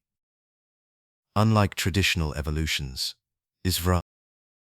X cards were played directly on top of a Pokémon of the same name, retaining all previous attacks and abilities while gaining new formidable powers. This mechanic encouraged players to build decks with a focus on strategic layering, enhancing the competitive aspect of the game. The allure of X cards extended beyond gameplay, as their unique designs and holographic features made them highly desirable among collectors. The Diamond and Pearl sets also featured a roster of beloved Pokémon, many of which were introduced in the fourth generation of the Pokémon video games.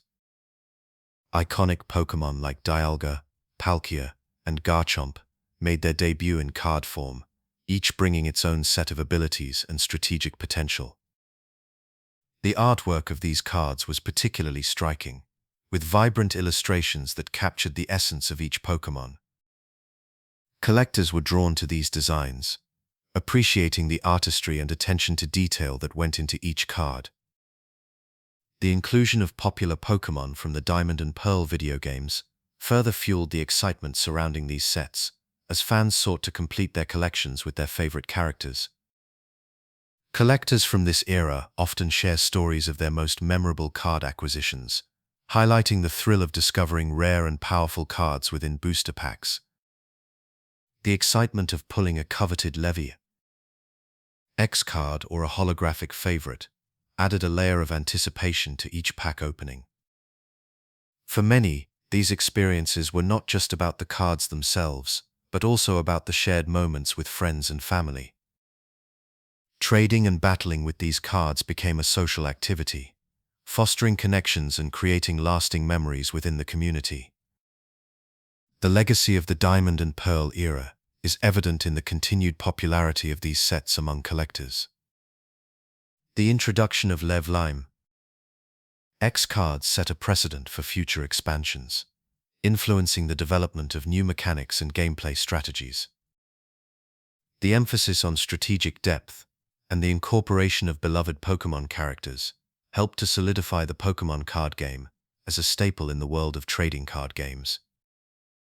Collectors today still seek out Diamond and Pearl cards, drawn by their historical significance and the nostalgia they evoke. The Diamond and Pearl era marked a pivotal moment in the Pokémon card game, blending innovation with tradition to create a vibrant and engaging experience. The introduction of new mechanics, the debut of iconic Pokémon, and the memorable experiences of collectors all contributed to the enduring appeal of these sets. As the Pokémon card game continues to evolve, the influence of the Diamond and Pearl era remains a testament to the creativity and passion that have defined the franchise for decades.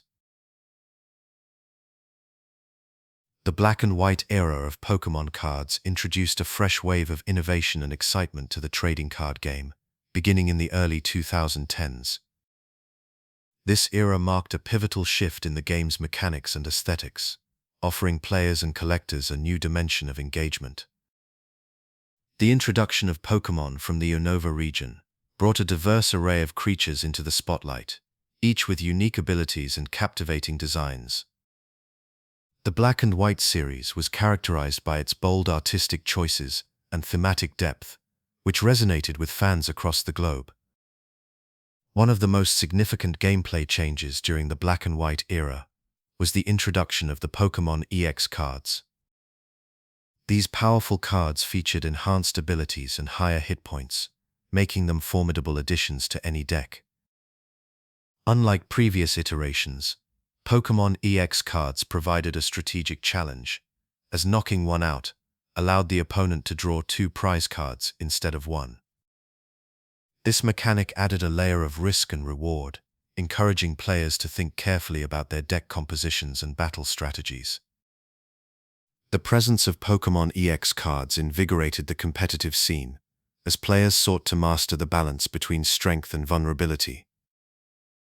The black and white era also saw the introduction of the trainer card type known as A-Spec. These cards were unique in that only one A-Spec card could be included in a deck, offering powerful effects that could turn the tide of a match. The strategic use of A-Spec cards became a focal point for competitive players, who had to decide which single card would best complement their overall strategy. This innovation added depth to deck building, fostering creativity and tactical planning among players.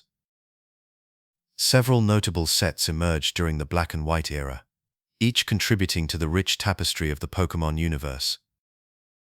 The initial black and white base set laid the groundwork, introducing fans to the new mechanics and Pokémon. Subsequent sets, like Emerging Powers and Noble Victories, expanded the roster with additional Unova Pokémon and further refined gameplay dynamics. The Plasma Storm set, in particular, stood out with its introduction of Team Plasma cards, which added a thematic twist and unique abilities linked to the villainous team from the video games. These sets not only enriched the gameplay experience, but also deepened the narrative connection to the Pokémon world. Collectors from the black and white era often recount their experiences with standout cards that captured their imaginations. The full art versions of Pokémon EX cards were especially prized for their stunning illustrations that spanned the entire card, showcasing the artistry and creativity of the designers. Cards like Mewtwo EX and Darkrai EX became iconic, not only for their gameplay impact, but also for their visual appeal. Collectors cherished these cards as both competitive tools and pieces of art, adding a dual layer of value to their collections. The Black and White series played a crucial role in shaping the competitive landscape of the Pokémon card game. The introduction of new mechanics and powerful cards pushed players to evolve their strategies and adapt to the changing meta. Tournaments during this era were marked by intense competition and innovative deck builds, as players sought to outmaneuver their opponents. The lessons learned and strategies developed during the Black and White era laid the groundwork for future expansions, influencing the direction of the game for years to come. The legacy of the Black and White era is evident in its lasting impact on the Pokémon card game. The innovations introduced during this time paved the way for subsequent expansions, setting a precedent for bold design choices and strategic depth. The era's emphasis on thematic storytelling and competitive balance continues to resonate with players and collectors, ensuring that the Black and White series remains a beloved chapter in the history of Pokémon cards. The XY era of Pokémon cards began in 2014, bringing with it the introduction of Mega Evolutions. These transformations allowed certain Pokémon to evolve temporarily during battles, enhancing their abilities and altering their appearance. Mega Evolutions required the use of Mega Stones, specific to each Pokémon, and could only be activated if a Pokémon was holding the corresponding stone. This mechanic added a new layer of strategy to the game, as players had to decide when to unleash these powerful evolutions to gain an advantage in battle. The introduction of Mega Evolutions not only enriched the gameplay experience but also captivated collectors with their dynamic and visually striking card designs. The launch of the XY era was marked by the release of several key sets, each contributing to the expansion of the Pokémon universe. Among these, the Flashfire set stood out for its focus on Fire-type Pokémon and the inclusion of multiple Charizard cards. Charizard, already a fan favorite, received even more attention with the release of its Mega Evolution forms, Mega Charizard X and Mega Charizard Y. These cards became highly sought after by collectors, not only for their gameplay potential, but also for their stunning artwork that captured the fiery essence of Charizard's transformations. The Flashfire set quickly became a defining highlight of the XY era, drawing both players and collectors into its fiery allure. Another significant release during the XY era was the Evolutions set in 2016. This set revived the nostalgia of the original base set by reprinting classic cards with updated mechanics and artwork. The Evolution set featured iconic Pokémon like Pikachu, Blastoise, and of course Charizard, allowing long-time fans to relive the excitement of their early collecting days. The reintroduction of these beloved cards, coupled with the modern mechanics of the XY era, created a bridge between generations of collectors, solidifying the enduring appeal of Pokémon cards. The reception of Mega Evolutions within the community was overwhelmingly positive. Players embraced the new strategic possibilities they offered, while collectors marveled at the intricate artwork that adorned each card. The Mega Evolution cards were often depicted with dynamic poses and vibrant colors, showcasing the power and majesty of these temporary transformations. Collectors shared stories of their favorite Mega Evolution cards, recounting the thrill of pulling a rare Mega Charizard or the satisfaction of completing a set. These cards became prized possessions, cherished for both their gameplay impact and their artistic value. The legacy of the XY era is evident in its lasting impact on the Pokémon card game. The introduction of Mega Evolutions set a precedent for future gameplay mechanics, encouraging players to think strategically about their deck compositions and battle tactics. The era's emphasis on nostalgia, through sets like Evolutions, reinforced the emotional connection that collectors have with Pokémon cards, ensuring their continued popularity across generations. The innovations of the XY era paved the way for future expansions, influencing the direction of the game and the community's engagement with it. The XY era remains a beloved chapter in the history of Pokémon cards, celebrated for its contributions to both gameplay and collecting. The introduction of Mega Evolutions and the revival of classic designs captured the imagination of fans, creating a vibrant and dynamic period in the Pokémon card saga. The era's influence continues to resonate within the community, highlighting the enduring appeal of Pokémon cards and the excitement they bring to players and collectors alike. The rise of digital platforms has given birth to a new era in the Pokémon card community, where streamers and YouTubers have become pivotal figures. These content creators, with their dynamic personalities and engaging content, have significantly influenced the way collectors interact with Pokémon cards. Among the most notable figures are creators like Leonhardt, Unlisted Leaf, and Maxmofo, who have amassed large followings through their captivating unboxing videos and personal stories. Their content not only showcases rare card pulls, but also provides strategies and insights into the world of Pokémon collecting. The visual and interactive nature of these videos allows viewers to experience the thrill of discovery alongside their favorite creators, fostering a sense of community and shared excitement. The impact of video content on collecting trends is profound. Streamers and YouTubers have the ability to spotlight specific sets or cards, driving demand and influencing market dynamics. For instance, when a popular YouTuber features a rare card, viewers often rush to acquire it, leading to spikes in sales and interest. This phenomenon has created a feedback loop, where the content shared by influencers directly affects the availability and desirability of certain cards. Additionally, the strategies and tips provided by these creators help both new and seasoned collectors refine their approaches to building and maintaining their collections. Collectors often find inspiration in the stories and experiences shared by online personalities. Many recount how watching a favorite streamer reignited their passion for collecting, prompting them to revisit old collections or start anew. The sense of camaraderie and belonging that comes from being part of a larger community is a powerful motivator. As collectors share their own stories and successes in comment sections or on social media, they contribute to a vibrant ecosystem of engagement and interaction.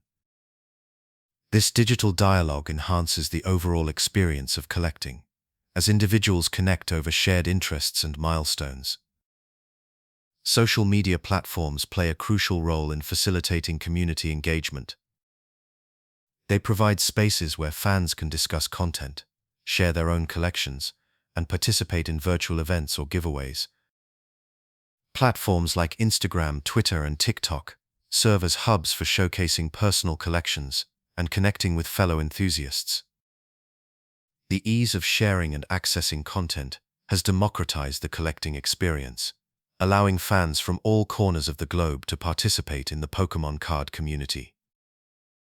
This global reach not only broadens the audience for content creators, but also enriches the diversity of perspectives and experiences within the community. Looking to the future, the influence of digital creators on the Pokémon card landscape is likely to grow. As technology evolves, new forms of content and engagement will emerge, providing even more opportunities for interaction and discovery. The role of streamers and YouTubers will continue to be integral in shaping collecting trends and fostering a sense of community among fans. Their ability to connect with audiences on a personal level ensures that the Pokémon card hobby remains vibrant and accessible to all. As new generations of collectors discover the joys of Pokémon cards, the legacy of digital influencers will be a guiding force in the ongoing evolution of this beloved pastime. The Sun and Moon series, launched in 2017, marked a pivotal moment in Pokémon card history, with the introduction of alternate art cards. These cards featured unique illustrations that diverged from the standard designs, offering collectors a new dimension of visual appeal. The alternate art cards were characterized by their full art designs, often showcasing Pokémon in dynamic poses or within intricate settings that added depth and narrative to the artwork. This creative approach allowed artists to experiment with styles and compositions, giving each card a distinct personality that resonated with collectors. The concept of alternate art cards was first explored in sets such as Sun and Moon, Team Up, and Sun and Moon, Cosmic Eclipse. These sets included cards that depicted Pokémon in imaginative scenarios, often highlighting their interactions with the environment or other Pokémon. For instance, the Pikachu and Zekrom GX card from Team Up featured a striking image of the two Pokémon charging forward with electric energy, capturing the essence of their powerful partnership. Similarly, the Cosmic Eclipse set included cards like the Arceus and Dialga, and Palkia GX, which presented the legendary trio in a celestial setting that emphasized their mythical status. Collectors were captivated by the artistry and storytelling embedded in these cards. The alternate art designs offered a fresh perspective on familiar Pokémon, transforming them into collectible pieces of art. Many collectors recall the excitement of pulling an alternate art card from a booster pack, describing the sense of wonder and admiration for the intricate details and vibrant colors. These cards quickly became sought-after treasures, with their limited availability adding to their allure. The groundwork laid by the Sun and Moon series paved the way for the explosion of alternate art cards in the Sword and Shield era. Sets like Evolving Skies took the concept to new heights, featuring an array of alternate art cards that showcased Pokémon in breathtaking scenes. One standout example is the Rayquaza VMAX card, which depicted the legendary Pokémon soaring through a stormy sky, surrounded by swirling clouds and lightning. The artistic quality and creativity of these cards captivated both new and seasoned collectors, driving demand and setting new standards for card design. The popularity of alternate art cards in the Sword and Shield era can be attributed to their ability to evoke emotion and tell a story through imagery. Collectors often express a deep appreciation for the artistic effort and imagination that goes into creating these cards. The combination of rarity, aesthetic appeal, and the emotional connection to the Pokémon depicted has solidified alternate art cards as modern collector favorites. The legacy of alternate art cards continues to influence the Pokémon card landscape, inspiring artists and designers to push the boundaries of creativity. These cards have become a testament to the evolving nature of the Pokémon card game, reflecting the community's appreciation for both art and storytelling. As collectors seek to complete their collections, alternate art cards remain at the forefront of their pursuits, cherished for their beauty and the unique narratives they bring to the Pokémon universe. The Hidden Fates set, released in August 2019, quickly became a sensation in the Pokémon card community. This set was notable for its inclusion of the Shiny Vault, a special subset featuring shiny versions of beloved Pokémon. The allure of shiny Pokémon, with their alternate color palettes, has always captivated fans. Hidden Fates capitalized on this fascination by offering a wide array of shiny cards, including the highly coveted shiny Charizard GX. The set also introduced new full art cards and reimagined classic Pokémon, blending nostalgia with fresh designs that appealed to both seasoned collectors and newcomers. The Shiny Vault was a treasure trove for collectors, housing over 90 unique cards that showcased Pokémon in their rare shiny forms.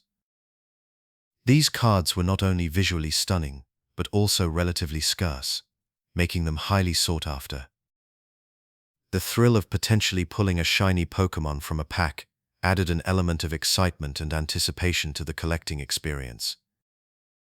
Each card featured a distinctive holographic pattern that enhanced its appeal, drawing collectors into the chase for completing the set. Collectors often recount their experiences with Hidden Fates, with a sense of nostalgia and excitement. Many described the joy of opening packs with friends and family, sharing the moment when a shiny card was revealed.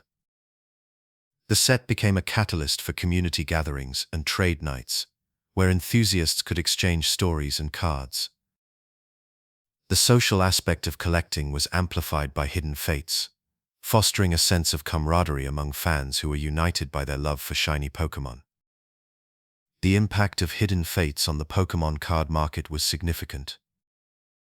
The demand for shiny cards drove prices upward, particularly for the shiny Charizard GX, which became a grail card for many collectors. The set's popularity led to frequent sellouts at retail stores, with collectors eagerly seeking booster boxes and tins. The scarcity of products only fueled the desire, creating a vibrant secondary market, where prices often exceeded retail value. Hidden Fates demonstrated the power of nostalgia and rarity in shaping market dynamics, as collectors were willing to invest in the set's unique offerings. The legacy of the Hidden Fates, set within the Pokémon franchise, is enduring. It reignited interest in the card game, drawing in a new wave of collectors and rekindling the passion of longtime fans. The success of Hidden Fates paved the way for future sets to explore similar themes, with shiny Pokémon becoming a staple in subsequent releases. The set also highlighted the importance of innovative design and strategic marketing in capturing the imagination of the Pokémon community.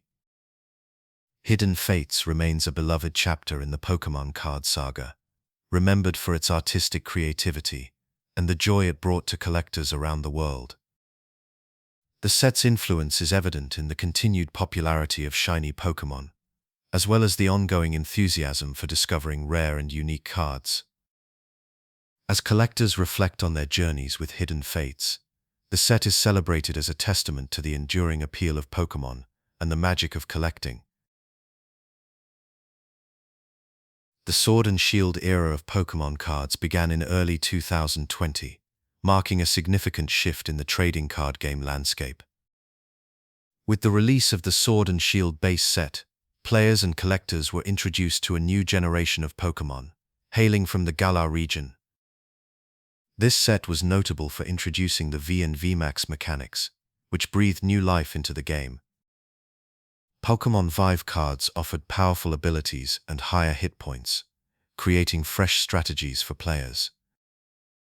VMAX cards representing Gigantamax forms took this a step further, with even greater power and stunning full art designs that captured the imagination of collectors. One of the standout features of the Sword and Shield sets was the introduction of the Galarian forms of familiar Pokémon. These regional variants, such as Galarian Zigzagoon and Galarian Ponyta, offered a fresh twist on beloved characters, sparking interest among fans.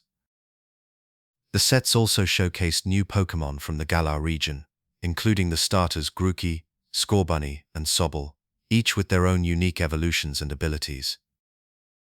The vibrant artwork and innovative designs of these cards captivated collectors, making them highly sought after. The Sword and Shield era also brought about the debut of the Gold Secret Rare cards, which quickly became a highlight for collectors. These cards featured a dazzling gold border and intricate detailing, making them standout pieces in any collection. The allure of pulling a Gold Secret Rare from a booster pack added an element of excitement and anticipation, driving demand for these sets. Collectors often shared stories of their experiences hunting for these elusive treasures, adding to the communal joy of collecting. In the competitive scene, the Sword and Shield sets introduced new deck-building possibilities and strategies.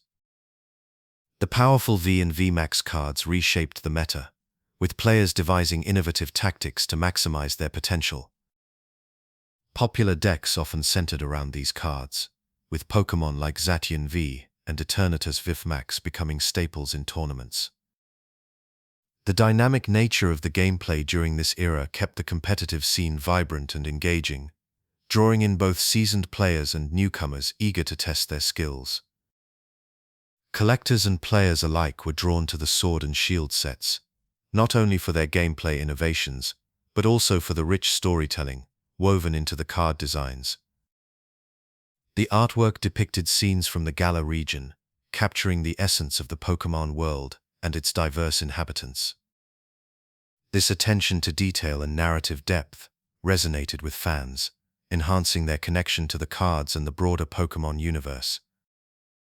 The legacy of the Sword and Shield era is evident in its lasting impact on the Pokémon card game.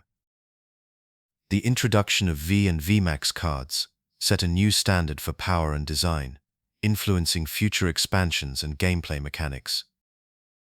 The era's emphasis on regional forms and new Pokémon added depth to the franchise, expanding its lore and appeal. As collectors reflect on the Sword and Shield sets, they are celebrated for their innovation and the excitement they brought to the Pokémon community.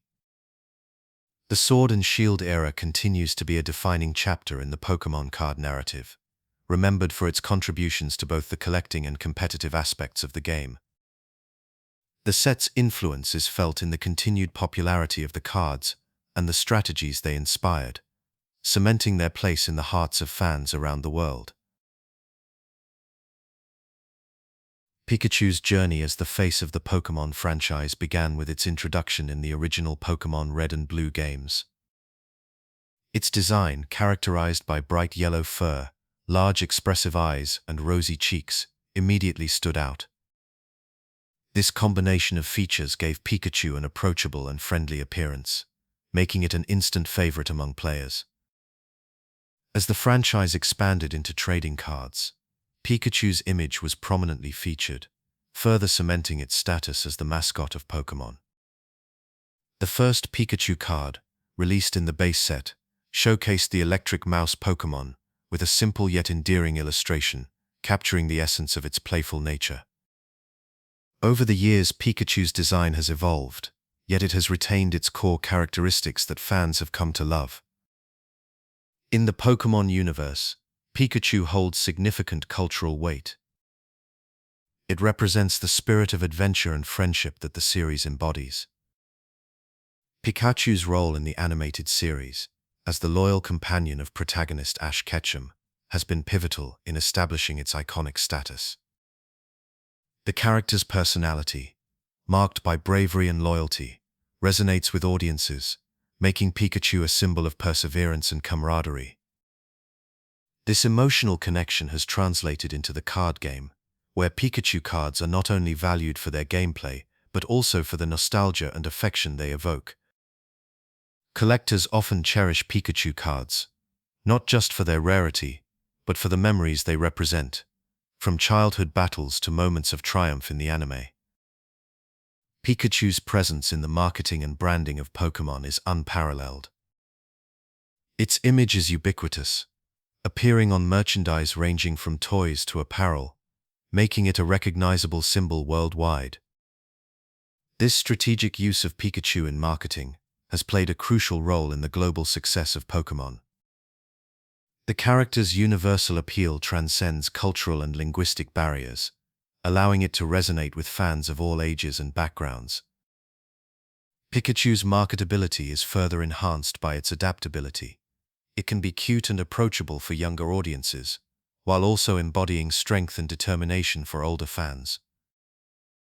This versatility has ensured Pikachu's enduring presence in the public eye, keeping it relevant through various generations of Pokémon games and media.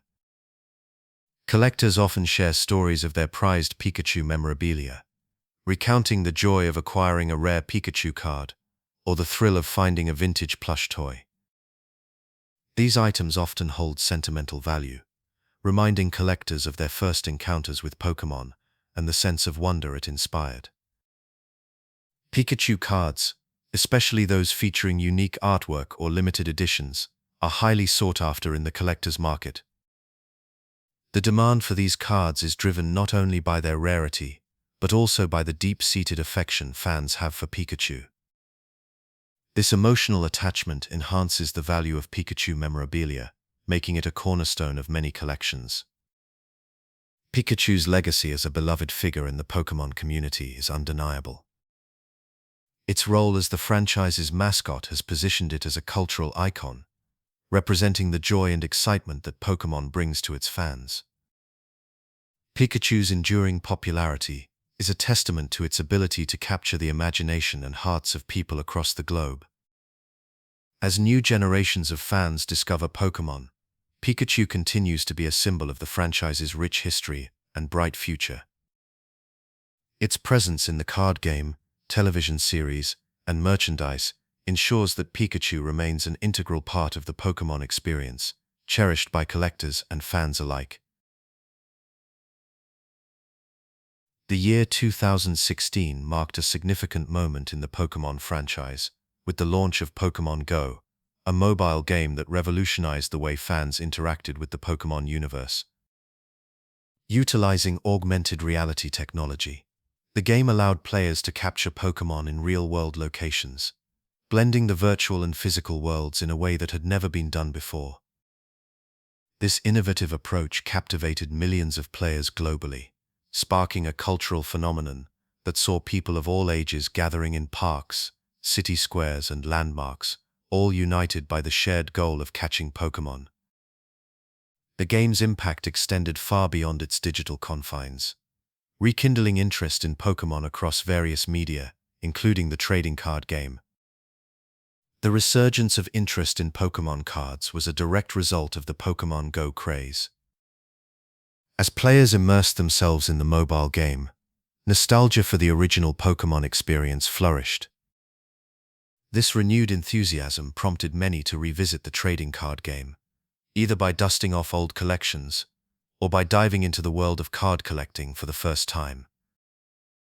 The simplicity and accessibility of Pokémon GO introduced the franchise to a new generation, while also reigniting the passion of longtime fans. This blend of old and new players created a vibrant community, eager to explore the depths of Pokémon lore and collectibles. In 2022, the Pokémon GO Collaboration Set was released, bringing the mobile game's spirit into the trading card realm. This set was a celebration of the synergy between the two platforms, featuring cards that mirrored the mechanics and aesthetics of Pokémon GO. Unique elements, such as cards that depicted Pokémon in real-world environments, or those with special abilities reminiscent of the game's features, offered a fresh perspective on the traditional trading card format. These cards not only appealed to collectors, but also to players who had experienced the joy of Pokémon GO firsthand, creating a bridge between the digital and physical collecting worlds. Collectors have shared numerous stories about their experiences with both Pokémon GO and the collaboration set. Many recount the excitement of discovering Pokémon in unexpected real-world locations, a thrill that was mirrored in the anticipation of opening packs from the collaboration set. The cards served as tangible reminders of their adventures in the mobile game, allowing them to relive those moments through a new medium. For some, the set represented a convergence of their love for the game and the trading card hobby, solidifying their connection to the Pokémon community. The influence of Pokémon Go on the Pokémon brand and community extends beyond the initial craze. It demonstrated the franchise's ability to adapt and innovate, drawing in new audiences while maintaining the loyalty of longtime fans. The collaboration set exemplified this adaptability, showcasing Pokémon's capacity to evolve and remain relevant in an ever-changing entertainment landscape. The success of Pokémon Go and its integration into the trading card game highlights the enduring appeal of Pokémon, as it continues to capture the imaginations of generations, uniting them through a shared love for the franchise. In the years following the Pokémon Go phenomenon, the Pokémon brand has continued to thrive, bolstered by the renewed interest sparked by the mobile game. The collaboration set stands as a testament to the power of innovation and nostalgia, elements that have been central to Pokémon's sustained popularity. As the franchise moves forward, the lessons learned from the Pokémon Go era will undoubtedly influence future endeavors, ensuring that Pokémon remains a beloved and dynamic part of popular culture. In 2020, Logan Paul, a prominent YouTuber and influencer, entered the Pokémon card scene with a fervor that quickly captured the attention of the collecting community. His entry was marked by a series of high-profile unboxing videos that showcased rare and valuable Pokémon cards, sparking a frenzy among both seasoned collectors and newcomers. With millions of followers, Logan Paul's influence extended far and wide, drawing attention to the potential value and allure of Pokémon cards. His videos often featured him opening sealed first-edition booster boxes, a spectacle that not only entertained but also educated viewers on the intricacies of card grading and rarity. Logan Paul's unboxing videos were not just casual openings, they were events. Each video was meticulously crafted to highlight the thrill of discovering rare cards, with Paul often expressing genuine excitement and awe at his finds. These videos quickly went viral, amassing millions of views and thrusting Pokémon cards back into the mainstream spotlight. The impact on sales was immediate and profound.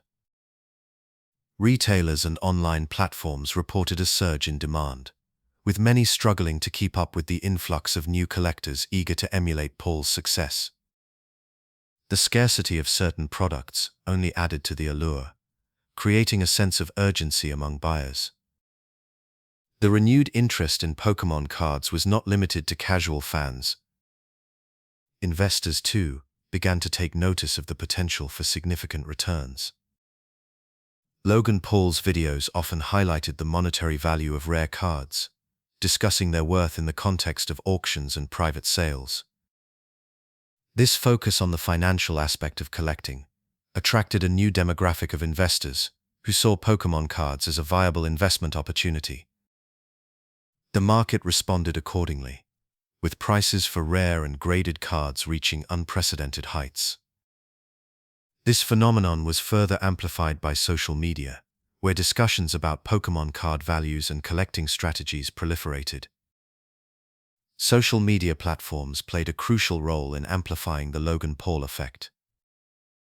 Discussions on forums and social networks allowed collectors to share their experiences and insights, creating a vibrant online community.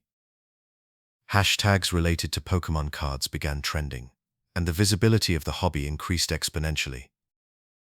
Influencers and content creators across various platforms joined the conversation, each contributing to the growing interest in Pokémon cards. This digital dialogue fostered a sense of community among collectors, bridging the gap between longtime enthusiasts and those newly drawn to the hobby. Collectors have shared numerous stories about how Logan Paul's videos reignited their passion for Pokémon cards. Some recount rediscovering their childhood collections, dusting off binders filled with cards that had been long forgotten. Others speak of the thrill of the hunt, inspired by Paul's unboxings to seek out rare finds at local shops or online. For many, Logan Paul's journey into the world of Pokémon cards served as a catalyst, prompting them to delve deeper into the hobby and explore its rich history and potential. The influence of Logan Paul on the Pokémon card market in 2020 was undeniable. His enthusiasm and high-profile presence brought a new level of excitement to the hobby, attracting a diverse array of collectors and investors. The ripple effects of his involvement continue to be felt, as the Pokémon card community remains vibrant and engaged. As the market evolves, the impact of Logan Paul's entry into the scene serves as a testament to the power of media and the enduring appeal of Pokémon cards. The year 2020 marked a period of profound change as the global pandemic reshaped daily life, leading many to seek comfort in familiar pastimes. Among these, the world of Pokémon cards experienced an unexpected revival. As people spent more time at home, the nostalgic allure of trading cards provided a welcome distraction. The market saw a remarkable surge in demand, with sales figures climbing to heights not seen in years. Retailers struggled to keep up with the influx of new and returning collectors, eager to rediscover the joy of Pokémon cards. This renewed interest was driven by a combination of nostalgia and the desire for connection during a time of isolation. Online communities became a lifeline for collectors, offering a space to share experiences and connect with others who shared a passion for Pokémon cards. Social media platforms and forums buzzed with activity as collectors, both seasoned and new, exchanged tips, showcased their collections, and discussed the latest market trends. Virtual trade nights and online auctions became popular, allowing collectors to engage with the hobby from the safety of their homes. This digital interaction fostered a sense of camaraderie and community, bridging the gap created by physical distancing. For many, the pandemic offered an opportunity to revisit childhood collections. Stories emerged of individuals dusting off old binders, rediscovering cards that had been tucked away for years. The act of sorting through these collections provided a comforting sense of nostalgia, transporting collectors back to simpler times. Some found rare gems among their childhood cards, sparking a renewed interest in the hobby. Others, inspired by the stories of high-value sales, began to view their collections through the lens of investment, exploring the potential financial benefits of their childhood treasures.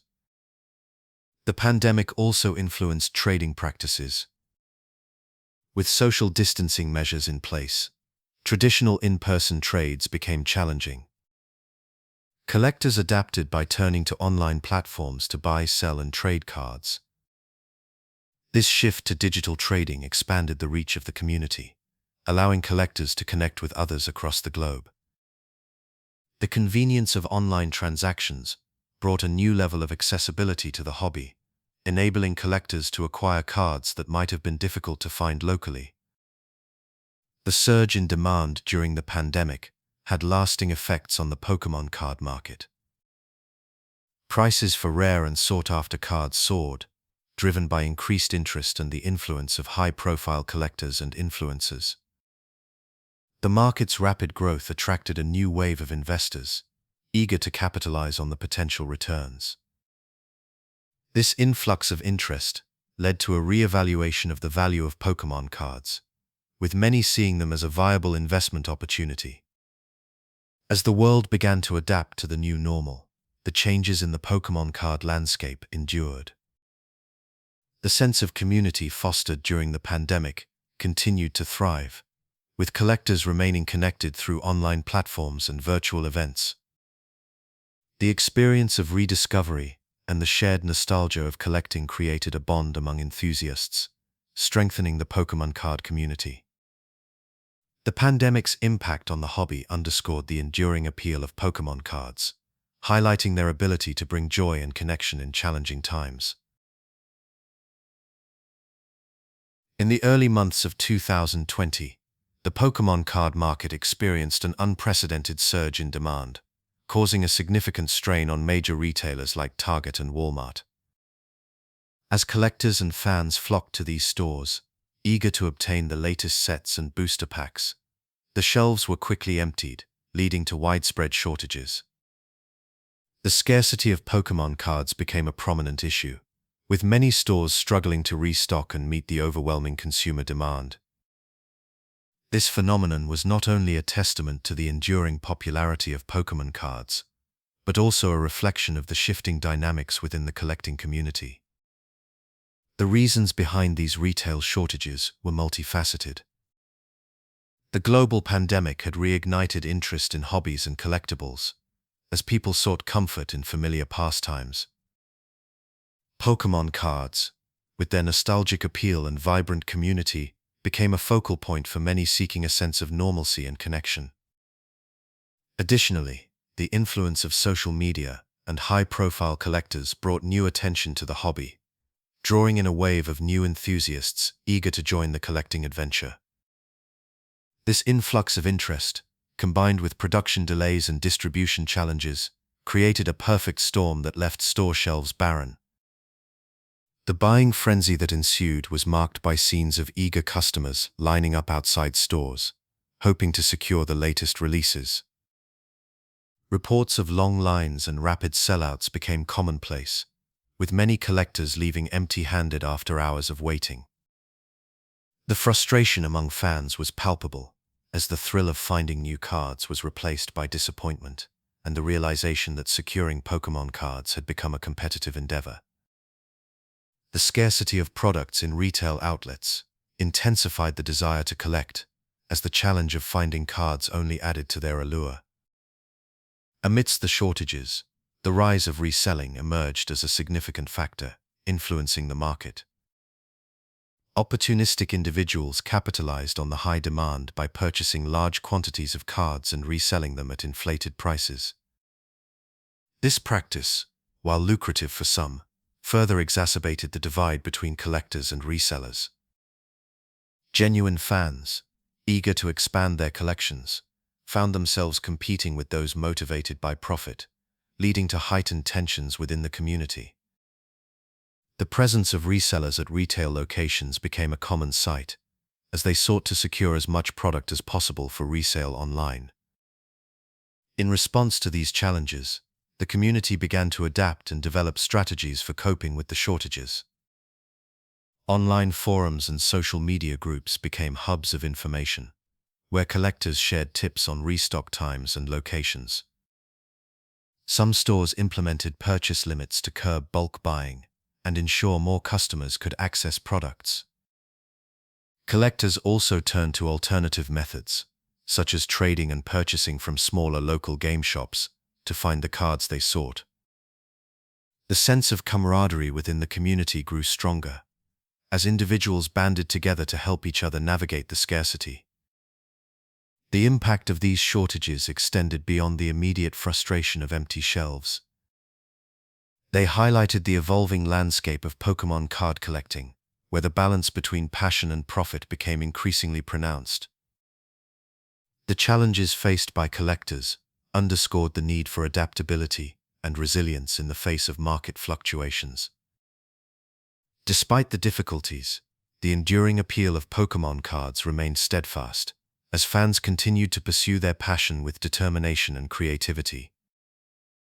The experiences of navigating shortages and the lessons learned during this time have become integral parts of the Pokémon card collecting narrative, shaping the community's approach to future challenges. The Pokémon card collecting community witnessed a remarkable surge in interest during the early 2020s, leading to a significant influx of cards being sent for grading.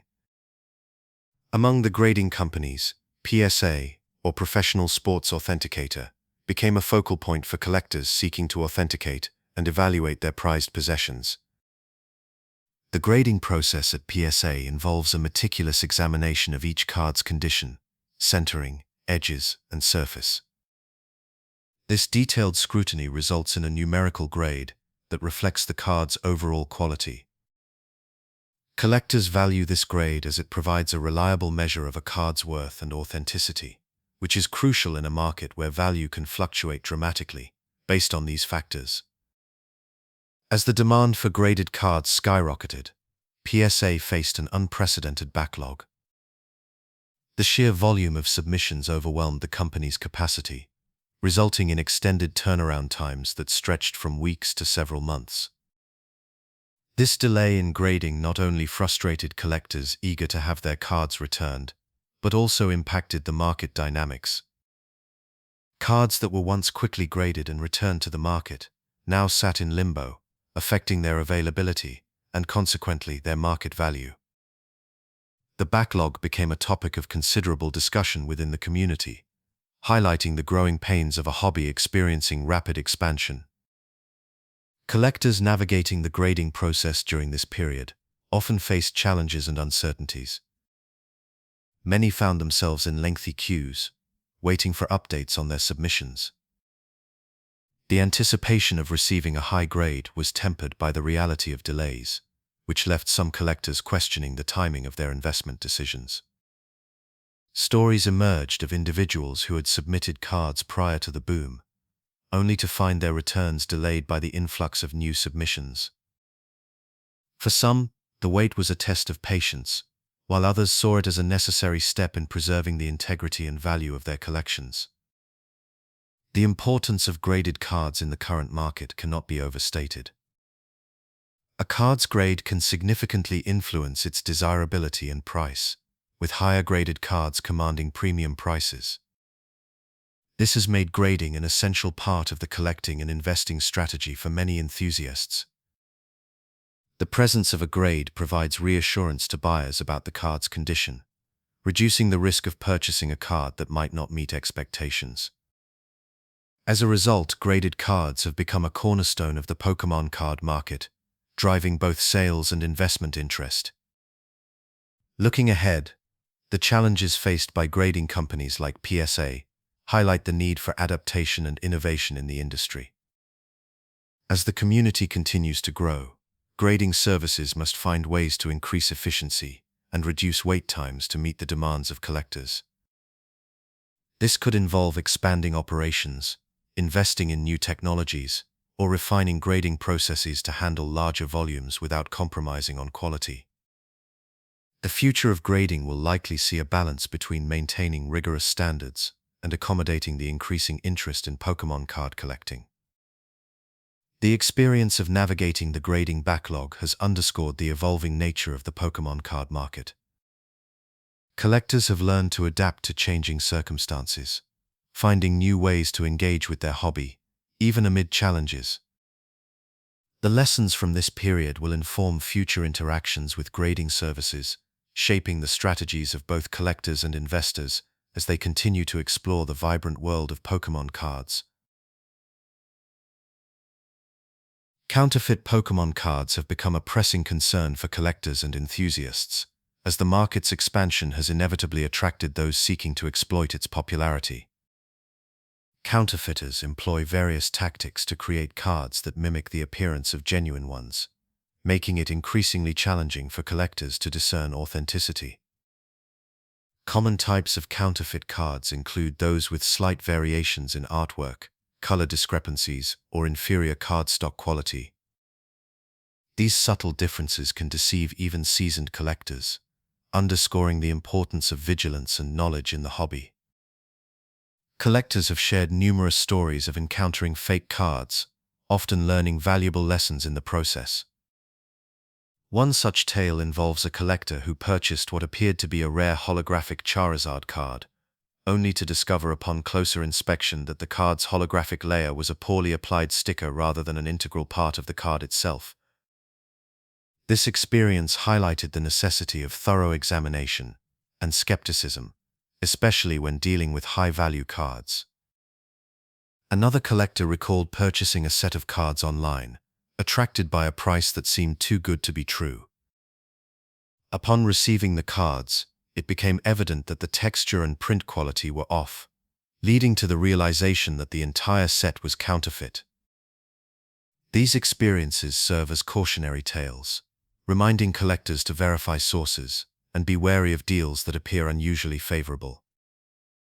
Grading companies play a crucial role in combating the proliferation of counterfeit cards.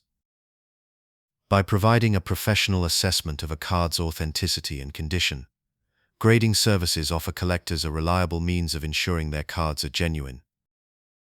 The grading process involves a meticulous examination of the card's features, including its print quality, centering, and overall integrity. Cards that pass this scrutiny are encased in tamper-proof holders, accompanied by a certification that attests to their authenticity. This process not only protects collectors from fakes, but also enhances the value and trustworthiness of graded cards in the market. In response to the growing threat of counterfeits, the Pokémon card community has initiated various efforts to raise awareness and educate collectors. Online forums and social media groups have become vital platforms for sharing information about identifying fake cards and reporting suspicious activities. Collectors frequently exchange tips on distinguishing genuine cards from counterfeits, such as examining the card's weight, texture, and the clarity of its print. Community-driven initiatives also include workshops and seminars, often held at conventions, where experts demonstrate techniques for spotting fakes and emphasize the importance of supporting reputable sellers. The rise of counterfeit cards has significant implications for the future of Pokémon card collecting. As counterfeiters become more sophisticated, collectors must remain vigilant and informed to protect their investments and the integrity of the hobby. The continued collaboration between collectors, grading companies, and the Pokémon community at large is essential in maintaining a trustworthy market environment. This collective effort not only safeguards the value of genuine cards, but also preserves the joy and authenticity that define the Pokémon card collecting experience. The ongoing battle against counterfeits will likely influence future developments in the collecting landscape. Advances in technology may offer new tools for verifying authenticity, such as digital tracking systems or enhanced security features in card production. As the community adapts to these challenges, the shared commitment to preserving the integrity of Pokémon cards will continue to unite collectors in their passion for this beloved hobby. Trade nights have become a cherished ritual among Pokémon card enthusiasts, offering a unique blend of excitement and camaraderie. These gatherings typically take place in local card shops or community centers, where collectors of all ages come together to share their passion. The atmosphere is vibrant yet relaxed, filled with the soft hum of conversation and the rustling of card packs being opened. Tables are lined with colorful binders, each brimming with cards that tell a story of their own. The air is charged with anticipation, as collectors eagerly display their collections, hoping to find that elusive card to complete their set. The format of a trade night is simple yet effective. Collectors arrive with their binders, boxes, or even just a handful of cards, ready to engage in friendly negotiations. The room is often organized with tables or booths, allowing participants to lay out their collections for others to browse. As collectors peruse each other's cards, conversations spark about favorite Pokémon, recent trades, and the latest market trends. It's a space where knowledge and stories are exchanged as freely as the cards themselves. Personal stories from these trade nights are as varied as the cards exchanged. One collector fondly recalls trading a rare holographic card for a first-edition Charizard, a deal that seemed impossible until a chance encounter at a trade night made it a reality. Another remembers the joy of finding a card that had eluded them for years, tucked away in the binder of a fellow collector who was more than happy to make the trade. These moments of discovery and connection are what make trade nights so special. They are not just about the cards, but about the shared experiences and friendships that form over a common love for Pokémon. Local shops and organizations play a crucial role in facilitating these events. Many card shops host regular trade nights, providing a welcoming space for collectors to gather. These shops often serve as community hubs, where enthusiasts can meet, share tips, and stay updated on upcoming events. Some organizations even host themed trade nights, focusing on specific sets or types of cards, adding an extra layer of excitement and engagement for participants. The support of these local establishments is vital in nurturing the Pokémon card community and ensuring that trade nights continue to thrive. The impact of trade nights extends beyond the immediate thrill of trading cards.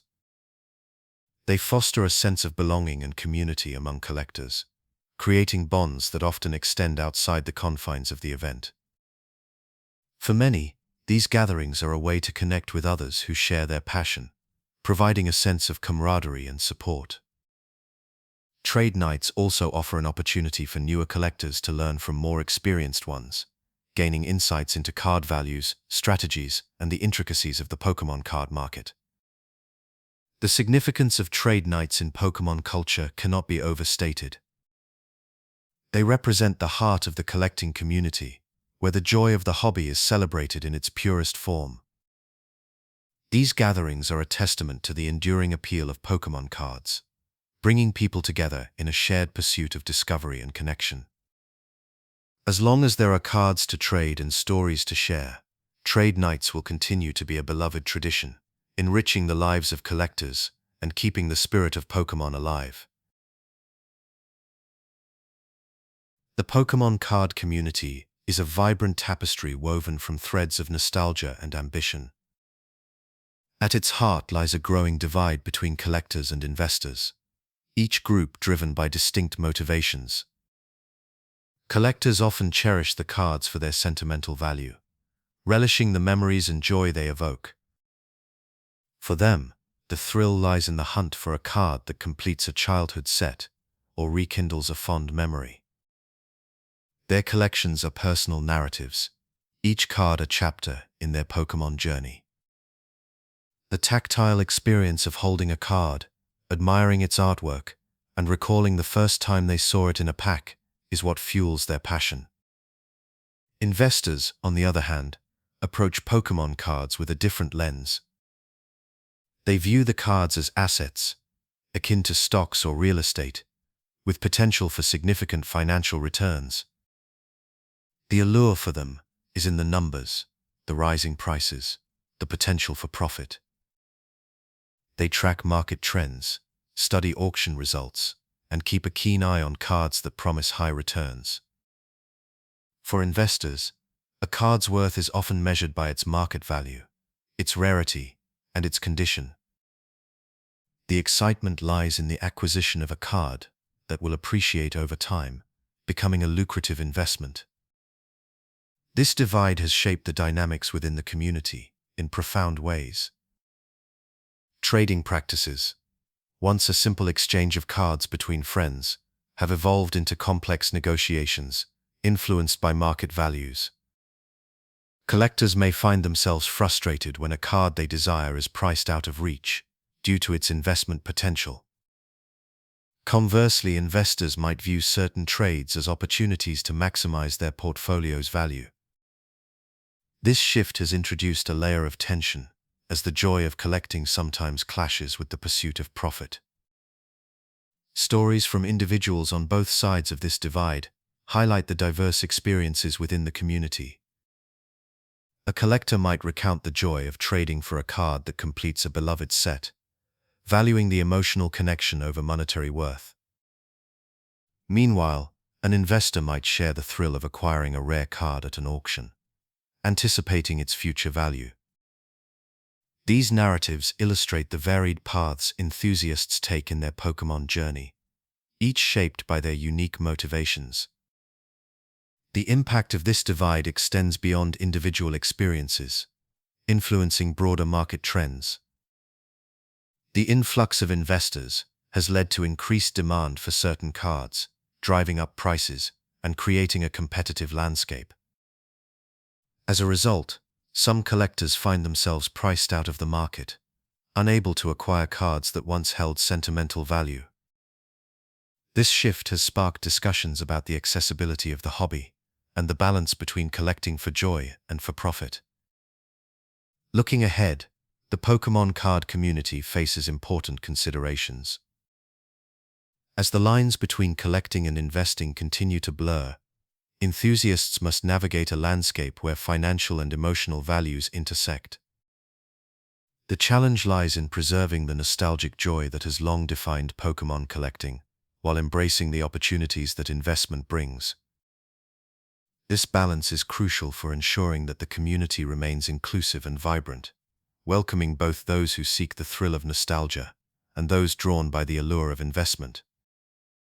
The future of the Pokémon card community will likely be shaped by these dynamics, as collectors and investors find common ground in their shared passion for Pokémon. Whether driven by nostalgia or profit, the enduring appeal of Pokémon cards lies in their ability to connect people across generations, creating a community that celebrates both the past and the future. The allure of Pokémon cards is deeply intertwined with the nostalgia they evoke, drawing collectors into a world where cherished childhood memories come to life. For many, the sight of a familiar card can transport them back to simpler times, when the thrill of opening a booster pack was a source of pure joy. This emotional connection is a powerful motivator, driving collectors to seek out cards that once held a special place in their hearts.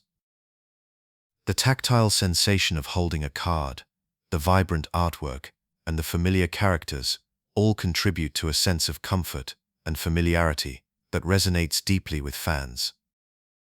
Personal stories abound of individuals who have rekindled their love for Pokémon cards after years away from the hobby. For some, it was a chance encounter with a forgotten collection, tucked away in an attic or basement, that sparked a renewed interest. Others found themselves drawn back by the excitement of sharing the experience with their own children, eager to pass on the magic of Pokémon to a new generation.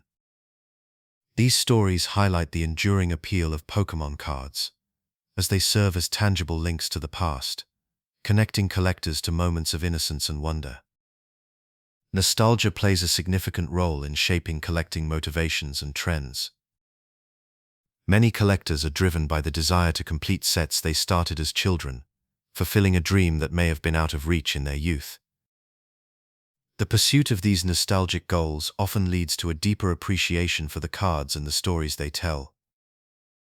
As collectors delve into the history of Pokémon cards, they uncover the evolution of the game and the cultural impact it has had over the years. This journey through the past enriches the collecting experience, adding layers of meaning to each acquisition. The influence of nostalgia extends to market values as well. Cards from the original base set, released in the late 1990s, are particularly sought after, with their iconic designs and familiar characters holding a special place in the hearts of collectors. The demand for these nostalgic cards often drives up their prices, as collectors are willing to pay a premium to recapture a piece of their childhood. This trend underscores the powerful impact of nostalgia on the Pokémon card market, as emotional connections translate into tangible value. Community engagement and events are also shaped by nostalgia, as collectors come together to celebrate their shared love for Pokémon. Trade nights, conventions, and online forums provide spaces for enthusiasts to connect, share stories, and reminisce about their favorite cards and experiences. These gatherings foster a sense of belonging and camaraderie, as collectors bond over their mutual appreciation for the nostalgia that Pokémon cards evoke. The sense of community that emerges from these interactions is a testament to the lasting legacy of nostalgia within the Pokémon card culture. The enduring appeal of Pokémon cards can be attributed, in large part, to the nostalgia they inspire. As collectors continue to seek out cards that hold personal significance, the rich tapestry of memories woven through the Pokémon card community grows ever more vibrant. This deep emotional connection ensures that Pokémon cards remain a beloved and cherished aspect of popular culture, captivating the hearts of fans across generations. The artwork of Pokémon cards is a vital element that enhances their allure and desirability. From the very beginning, the visual appeal of these cards has captivated the imaginations of collectors and players alike. Each card is a miniature canvas, showcasing the talent of artists who bring Pokémon to life with vibrant colors and intricate details. The unique designs and creative interpretations of beloved characters contribute significantly to the charm of these collectible treasures. The artists behind Pokémon cards play a crucial role in shaping the aesthetic landscape of the franchise, creating images that resonate with fans on a deep emotional level. Notable artists such as Ken Sugimori, Mitsuhiro Arita, and Atsuko Nishida have left an indelible mark on the Pokémon card world with their distinctive styles. Ken Sugimori, one of the original designers, is renowned for his clean lines and iconic character designs that have become synonymous with the Pokémon brand. Mitsuhiro Arita is celebrated for his dynamic compositions and attention to detail, which have brought a sense of life and movement to countless cards. Atsuko Nishida, known for creating Pikachu, infuses her work with a sense of playfulness and warmth that captures the essence of Pokémon. These artists, among others, have contributed to the rich visual tapestry that defines Pokémon cards, making each piece a work of art in its own right. The impact of artwork on collector preferences is profound. Many collectors are drawn to cards not only for their gameplay value but also for their aesthetic appeal. The artwork can evoke a sense of nostalgia or admiration, prompting collectors to seek out specific cards that resonate with them personally. Some collectors are captivated by the whimsical and colorful depictions of Pokémon, while others appreciate the more realistic and detailed interpretations. The diversity of art styles within the Pokémon card game ensures that there is something for everyone, catering to a wide range of tastes and preferences. Collector stories often highlight the emotional connections formed through card artwork. For some, a particular card may evoke memories of childhood, when they first encountered a favorite Pokémon in a video game or cartoon. Others may be inspired by the artistry itself, appreciating the skill and creativity that goes into each illustration. These personal connections add layers of meaning to the collecting experience, as fans cherish the cards not just as game pieces, but as cherished works of art. The influence of artwork on card values in the market is significant. Cards featuring popular or particularly striking artwork often command higher prices, as collectors are willing to pay a premium for visually appealing pieces. Limited edition cards, or those featuring unique illustrations by well-known artists, are especially sought after, driving up their market value. The interplay between art and value underscores the importance of aesthetics in the Pokémon card market, where beauty and rarity often go hand in hand. The lasting significance of art in the Pokémon card community cannot be overstated. The visual elements of the cards contribute to their enduring popularity, as fans continue to be enchanted by the creativity and imagination on display. The artwork serves as a bridge between the Pokémon world and its fans, providing a tangible connection to the characters and stories that have captured hearts for decades. As new generations of artists and collectors join the fold, the tradition of celebrating art in Pokémon cards continues to thrive, ensuring that these beloved pieces remain a vibrant and cherished part of the collecting landscape. Chase cards have become a central pillar in the Pokémon card collecting world, sparking excitement and desire among collectors. These cards are characterized by their rarity and distinctive designs, often featuring unique artwork or special attributes that set them apart from regular cards. A chase card is typically one that collectors actively seek due to its scarcity or the prestige associated with owning it. Notable examples include the elusive Charizard cards, particularly the holographic versions from the original base set, and more recent additions like the shiny Charizard from the Hidden Fates set. These cards are not only rare, but also hold immense aesthetic and nostalgic value, making them the crown jewels of many collections.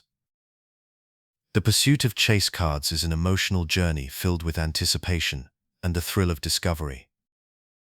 For many collectors, the hunt is as rewarding as the acquisition itself. The process often begins with the opening of booster packs, each containing a promise of potential treasure. The moment when a rare card is revealed can evoke a rush of excitement, a culmination of hope and chance. This emotional high is a driving force for collectors, fueling their passion and dedication. The unpredictability of pack openings adds an element of surprise, making each discovery a memorable event. Collector stories abound with tales of memorable chase card acquisitions, each reflecting the unique experiences and emotions tied to these pursuits. Some collectors recount the serendipitous moment of pulling a coveted card from a single pack, a stroke of luck that becomes a cherished memory. Others speak of long quests, spanning months or even years, to finally secure a card that completes their collection. These stories often highlight the personal significance of chase cards, which can symbolize persistence, luck, and the joy of collecting. The impact of chase cards on market dynamics is profound. Their rarity and desirability often lead to increased demand, driving up prices and influencing market trends. As collectors and investors vie for these prized items, the value of chase cards can soar, sometimes reaching astronomical figures. This demand creates a dynamic marketplace, where the allure of chase cards shapes buying and selling behaviors. The scarcity of these cards adds to their mystique, making them highly sought after by both seasoned collectors and newcomers looking to make a significant find. The legacy of chase cards, in shaping the collecting experience, is significant. They represent the pinnacle of collecting achievements, offering a tangible goal for enthusiasts to strive towards. The hunt for these cards fosters a sense of community among collectors, as they share tips, trade stories, and celebrate each other's successes. Chase cards also inspire a deeper appreciation for the artistry and craftsmanship that goes into creating these unique pieces. Their presence in the Pokémon card world continues to captivate and inspire, ensuring that the chase card phenomenon remains a vibrant and integral part of the collecting culture. As the Pokémon card landscape evolves, the allure of chase cards endures, captivating new generations of collectors. The thrill of the hunt, the emotional journey, and the market dynamics surrounding these cards ensure their continued relevance.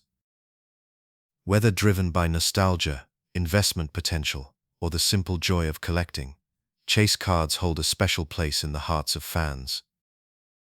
Their legacy is woven into the fabric of the Pokémon card community, a testament to the enduring magic of these elusive treasures.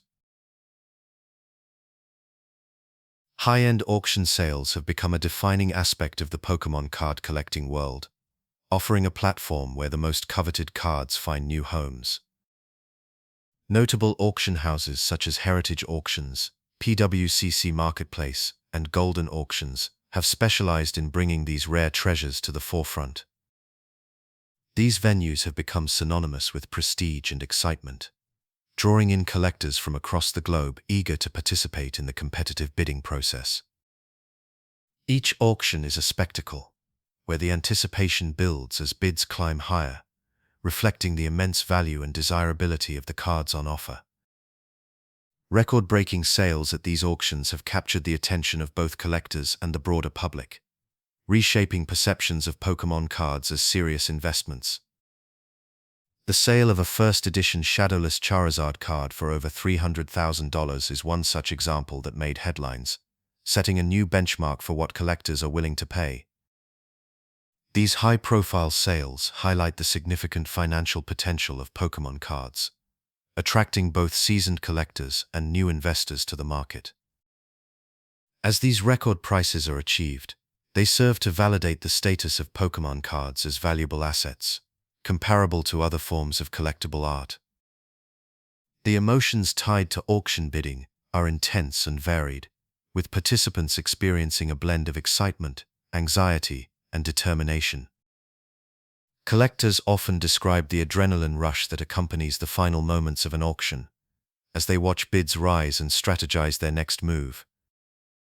For many, the act of winning a bid is a triumph, a culmination of research, patience, and a keen understanding of market dynamics. This emotional investment adds another layer to the collecting experience, making each acquisition a memorable milestone in a collector's journey. Trends in high-end auction sales reveal much about the evolving landscape of Pokémon card collecting. The increasing presence of graded cards in auctions underscores the importance of condition and authenticity in determining value. As grading companies like PSA and Beckett continue to play a crucial role, their evaluations become a key factor in the bidding process. Additionally, the emergence of digital platforms has broadened access to auctions, allowing collectors from around the world to participate in real time, further fueling competition and driving up prices. The implications of these trends are significant, as they shape the future of Pokémon card collecting. Auctions have become a barometer for the market, setting price precedents and influencing collector behavior. The visibility of high-end sales attracts media attention, drawing new enthusiasts into the fold and expanding the community. As more collectors and investors recognize the potential of Pokémon cards, the demand for rare and high-quality items continues to grow, pushing the boundaries of what is possible in the market. The role of auctions in shaping the future of Pokémon card collecting cannot be overstated. They provide a dynamic arena where the value of cards is constantly reassessed and redefined. Auctions serve as a bridge between the nostalgic allure of Pokémon and the sophisticated world of investment, offering a unique intersection where passion and profit meet. As the market evolves, auctions will likely remain a cornerstone of the Pokémon card community, driving innovation and sustaining the vibrant culture that has captivated generations. The Pikachu Illustrator card is a revered gem in the Pokémon card universe, a piece so rare and coveted that it stands as a symbol of both nostalgia and investment potential. This card's journey began in 1998, when it was conceived as a prize for a unique illustration contest held by CoroCoro Comic in Japan. The contest invited Pokémon fans to submit their artwork, with winners receiving the Pikachu Illustrator card as a testament to their creativity and passion. Only 39 copies were ever produced, making it one of the rarest Pokémon cards to exist. This limited availability, combined with its origin story, has cemented its status as a legendary artifact among collectors.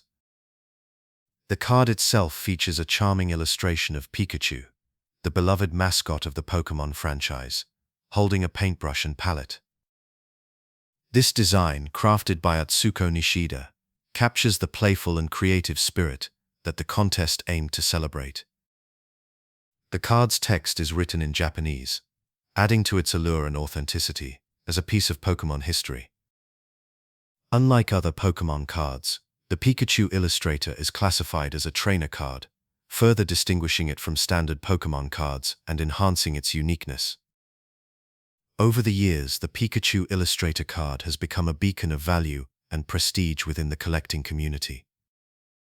Its scarcity and the personal connection to the original contest winners have contributed to its rising value. Collectors and investors alike are drawn to its rarity, driving prices to unprecedented heights. As the card exchanged hands over time, each sale seemed to set a new record, capturing the attention of both seasoned collectors and newcomers to the hobby. The card's value has been further bolstered by the increasing interest in Pokémon cards as alternative investments, with collectors recognizing the card as a tangible piece of Pokémon's cultural legacy.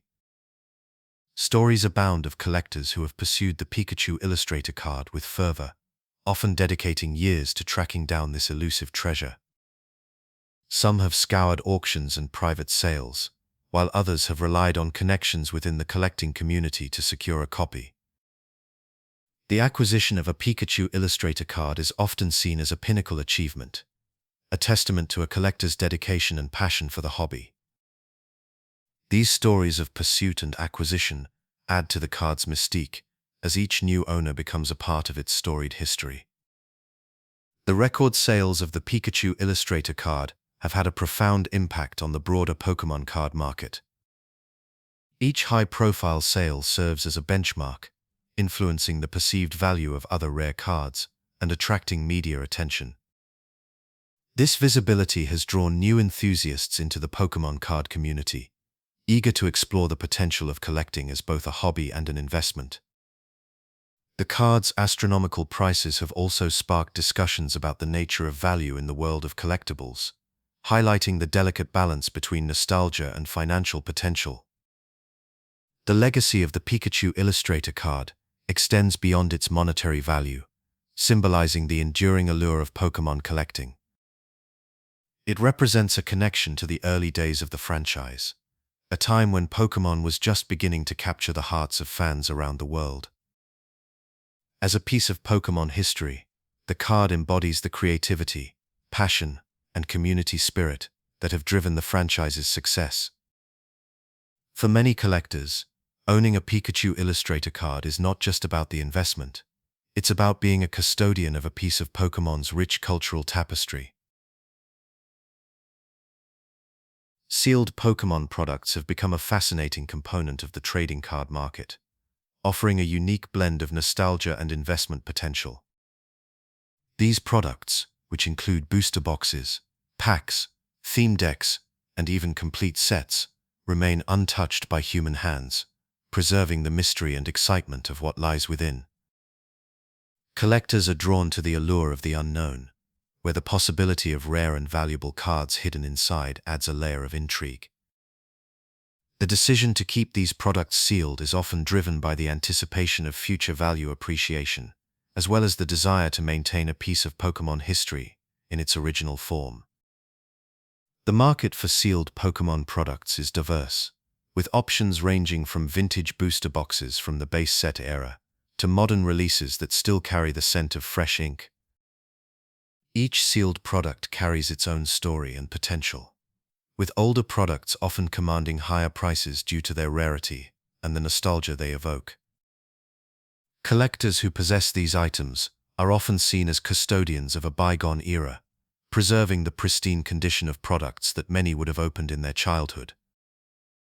This preservation adds to the mystique and desirability of sealed products, making them highly sought after by both collectors and investors. Several factors influence the investment potential of sealed Pokémon products. The age and rarity of the product are key considerations, as older items are generally more scarce and thus command higher prices. The popularity of the set and the potential for rare cards within also play significant roles in determining value. For instance, a sealed booster box from the base set or the jungle set can fetch significant sums due to the iconic cards they might contain. Additionally, market trends and the overall interest in Pokémon as a franchise can impact the perceived value of these products. As demand for Pokémon cards has surged, so too has the interest in sealed products, with many seeing them as a safer investment compared to individual cards. The thrill of owning sealed Pokémon products is a sentiment shared by many collectors. The anticipation of what could be inside, coupled with the decision to leave it unopened, creates a unique form of satisfaction. Some collectors recount the joy of acquiring a sealed booster box, carefully storing it away as a tangible connection to their past. Others speak of the discipline required to resist the temptation of opening the packs, knowing that the value lies in their sealed state. This restraint is often rewarded, as the market value of these products continues to rise, providing both financial and sentimental returns. Market trends have shown a steady increase in the value of sealed Pokémon products, driven by a combination of nostalgia and the growing popularity of the franchise. As more collectors enter the market, the demand for these untouched items has intensified, leading to record sales and heightened interest. This trend reflects a broader appreciation for the historical and cultural significance of Pokémon, as well as the potential for financial gain. The rise of social media and online marketplaces has further fueled this interest, allowing collectors to showcase their sealed collections and connect with others who share their passion.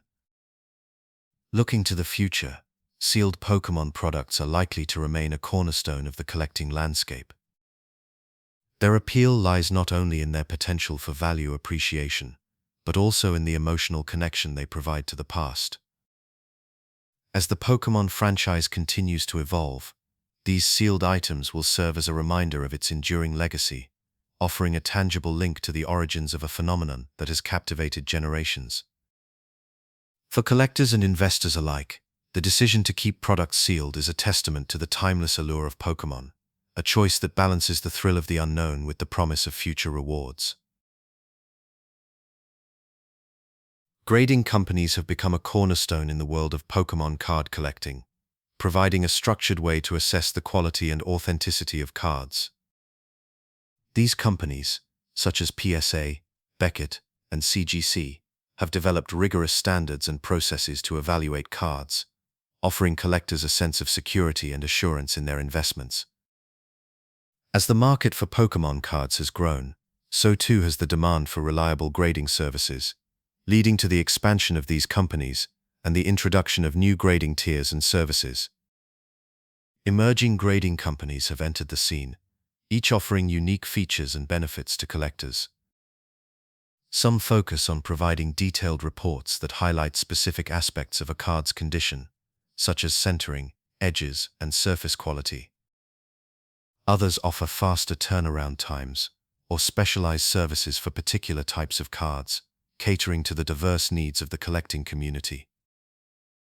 This variety has given collectors more options when it comes to choosing a grading service, allowing them to select the one that best aligns with their priorities. The grading process itself involves a thorough examination of each card, with trained professionals assessing its condition using a standardized scale. This scale typically ranges from 1 to 10, with 10 representing a card in pristine condition. Factors such as the sharpness of corners, the clarity of the image, and the presence of any scratches or marks are taken into account. Once graded, cards are encapsulated in a protective case that displays their grade, preserving their condition and providing a visual representation of their quality. Collectors have shared their experiences with modern grading services, often expressing satisfaction with the level of detail and professionalism provided. Many appreciate the peace of mind that comes with knowing their cards have been authenticated and evaluated by experts. For some, the process of grading adds an extra layer of enjoyment to the hobby, as they eagerly anticipate the results and the potential increase in value that a high grade can bring. The impact of grading on market trends and card values has been significant. Graded cards often command higher prices than their ungraded counterparts, as buyers are willing to pay a premium for the assurance of quality and authenticity. This has led to a surge in demand for graded cards, with some collectors focusing exclusively on building graded collections. The presence of a grade can also influence trading practices, as collectors use the grade as a benchmark for negotiating trades and assessing the relative value of different cards. Looking to the future, the role of grading in Pokémon collecting is likely to continue evolving. As grading companies expand their services and refine their processes, collectors can expect even greater levels of precision and transparency in card evaluation. The introduction of new technologies, such as digital grading and enhanced imaging techniques, may further enhance the accuracy and efficiency of the grading process. Additionally, as the market for Pokémon cards continues to grow, the demand for grading services is expected to increase, solidifying their importance in the collecting landscape. The expansion of grading companies has undeniably reshaped the Pokémon card market, offering collectors a valuable tool for assessing and preserving their collections. By providing a standardized measure of quality, these companies have elevated the standards of card evaluation, influencing both the buying and selling practices within the community. As collectors continue to seek out graded cards, the role of grading will remain a vital component of the Pokémon card collecting experience, ensuring that the integrity and value of these cherished items are preserved for future generations. Japanese Pokémon cards are celebrated for their unrivaled quality, a reputation earned through meticulous craftsmanship and innovative printing techniques. Each card is a testament to the dedication and precision of the production process, where even the smallest details are given the utmost attention. The journey begins with the selection of high-grade materials, ensuring durability and vibrancy.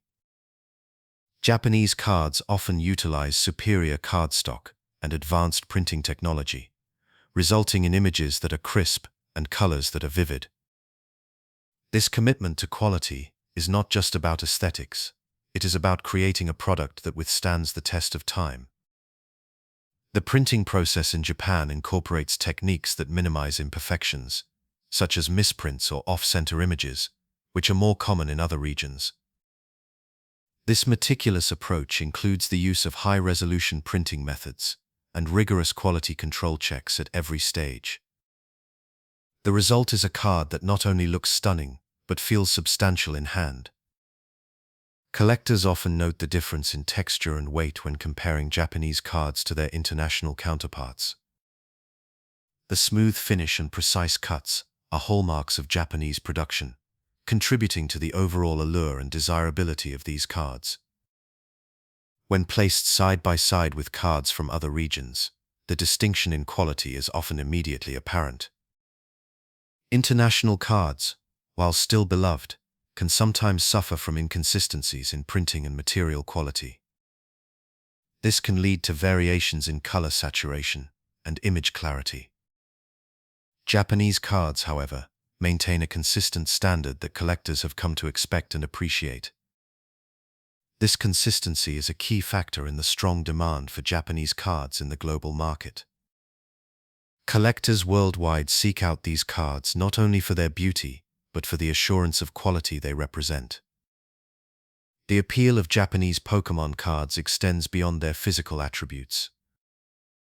For many collectors, owning a Japanese card is akin to possessing a piece of art. The attention to detail in the illustrations, often created by renowned artists, adds an additional layer of value.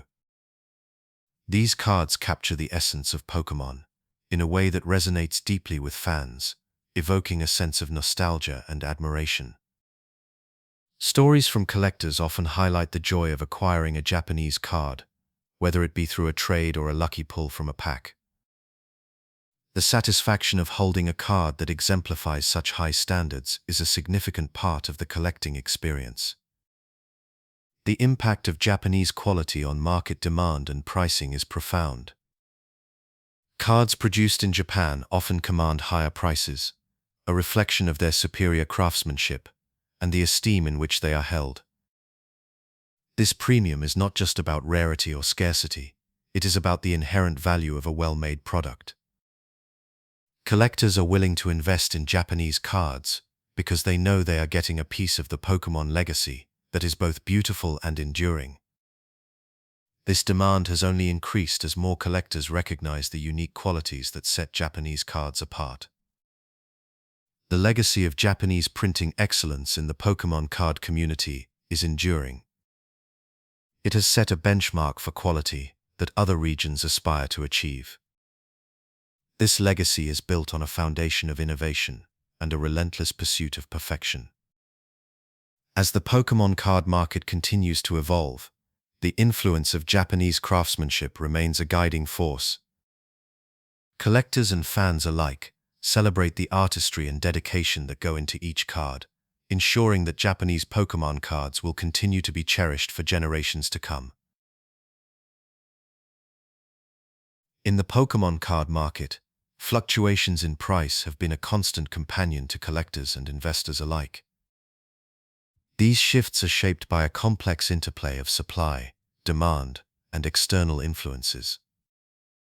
During periods of rapid price increases, the allure of Pokémon cards as both a nostalgic treasure and a potential investment can drive prices to dizzying heights. However, these peaks are often followed by market corrections, where prices stabilize or decline, reflecting a more balanced state of supply and demand. Significant price drops in the Pokémon card market can be attributed to several factors. One primary cause is market saturation. As more cards flood the market, especially following a popular set release, the initial excitement can lead to an oversupply. When the novelty wears off, prices often adjust downward to reflect the increased availability. Additionally, changes in consumer interest can also trigger price declines. As trends shift and new forms of entertainment capture attention, the demand for Pokémon cards can wane, leading to reduced prices. Market trends leading to corrections often begin with a speculative bubble, where prices rise rapidly due to heightened demand and limited supply. This can create an unsustainable market environment, where prices exceed the intrinsic value of the cards. When the bubble bursts, a correction occurs as prices realign with actual market conditions. External events, such as economic downturns or changes in consumer spending habits, can also influence these trends, prompting collectors to reassess their investments. Collectors have diverse experiences during periods of declining values. For some, the price drops present an opportunity to acquire sought-after cards at more affordable rates. These collectors often take advantage of the lower prices to expand their collections or complete sets that were previously out of reach. For others, the decline can be disheartening, especially for those who viewed their collections as a financial investment. The emotional impact of seeing prized possessions decrease in value can lead to a re-evaluation of collecting strategies and goals. The impact of market corrections on trading and investment strategies is significant. Collectors and investors must adapt to the changing landscape, often shifting their focus from short-term gains to long-term value. This may involve holding on to cards through downturns, anticipating future appreciation, or diversifying collections to include a mix of high-value and sentimental items. For investors, understanding the timing of buying and selling becomes crucial, as market corrections can present both risks and opportunities. Looking to the future, the Pokémon card market may continue to experience fluctuations, but stability can be achieved through informed decision-making and a focus on the intrinsic value of cards. Collectors and investors are encouraged to stay informed about market trends, participate in community discussions, and build relationships with reputable sellers and grading companies. By understanding the factors that drive market corrections, collectors can navigate the complexities of the Pokémon card market with confidence and foresight. The lessons learned from past market corrections offer valuable insights for both new and seasoned collectors. As the Pokémon card community grows, the ability to adapt to changing conditions will be key to maintaining a vibrant and sustainable market. Collectors who embrace the ebb and flow of prices while staying true to their passion for the hobby will find that the journey of collecting Pokémon cards is as rewarding as the destination. Rarity symbols on Pokémon cards are small but significant details that hold immense power in the world of collecting. These symbols are strategically placed on each card, typically found at the bottom right corner, and they serve as a guide for collectors to determine the scarcity and potential value of their cards. The most common symbols include a circle, diamond, and star. A circle indicates a common card, a diamond signifies an uncommon card, and a star represents a rare card. Over time, additional symbols and variations have been introduced, such as the hollow star for holographic rares, which further enhances the allure and complexity of collecting. The presence of a rarity symbol directly influences a card's desirability and market value. Cards marked with a star, especially those with a holographic finish, are often the most sought after. These cards are not only harder to find, but also tend to feature popular Pokémon or powerful in-game abilities, making them attractive to both players and collectors. The scarcity of these cards creates a sense of exclusivity, driving up their market value as collectors vie to add them to their collections. In contrast, common and uncommon cards, while essential for gameplay, typically hold less monetary value due to their abundance. For collectors, the thrill of discovering a rare card is akin to finding hidden treasure. Many recount the excitement of opening a booster pack and catching a glimpse of a shiny star, signaling the presence of a rare card. This moment of discovery is often shared with friends or captured in videos, adding to the communal joy of collecting. Stories abound of collectors who have stumbled upon rare cards in unexpected places, such as second-hand stores or forgotten childhood collections, reigniting their passion for the hobby. Rarity symbols also play a crucial role in shaping trading practices within the Pokémon card community. When engaging in trades, collectors often use these symbols as a baseline to ensure fair exchanges. A card with a star symbol, for instance, might be traded for multiple cards with diamond symbols, reflecting its higher perceived value. This understanding of rarity helps maintain a balanced trading ecosystem, where both parties feel satisfied with the outcome. Additionally, rarity symbols can influence the strategic decisions of players, who may prioritize acquiring rare cards to enhance their decks and increase their chances of winning in competitive play. The legacy of rarity symbols in the Pokémon card collecting culture is profound. These symbols have become a universal language among collectors, transcending barriers of age and geography. They provide a simple yet effective way to communicate the value and significance of a card, fostering a sense of community and shared understanding.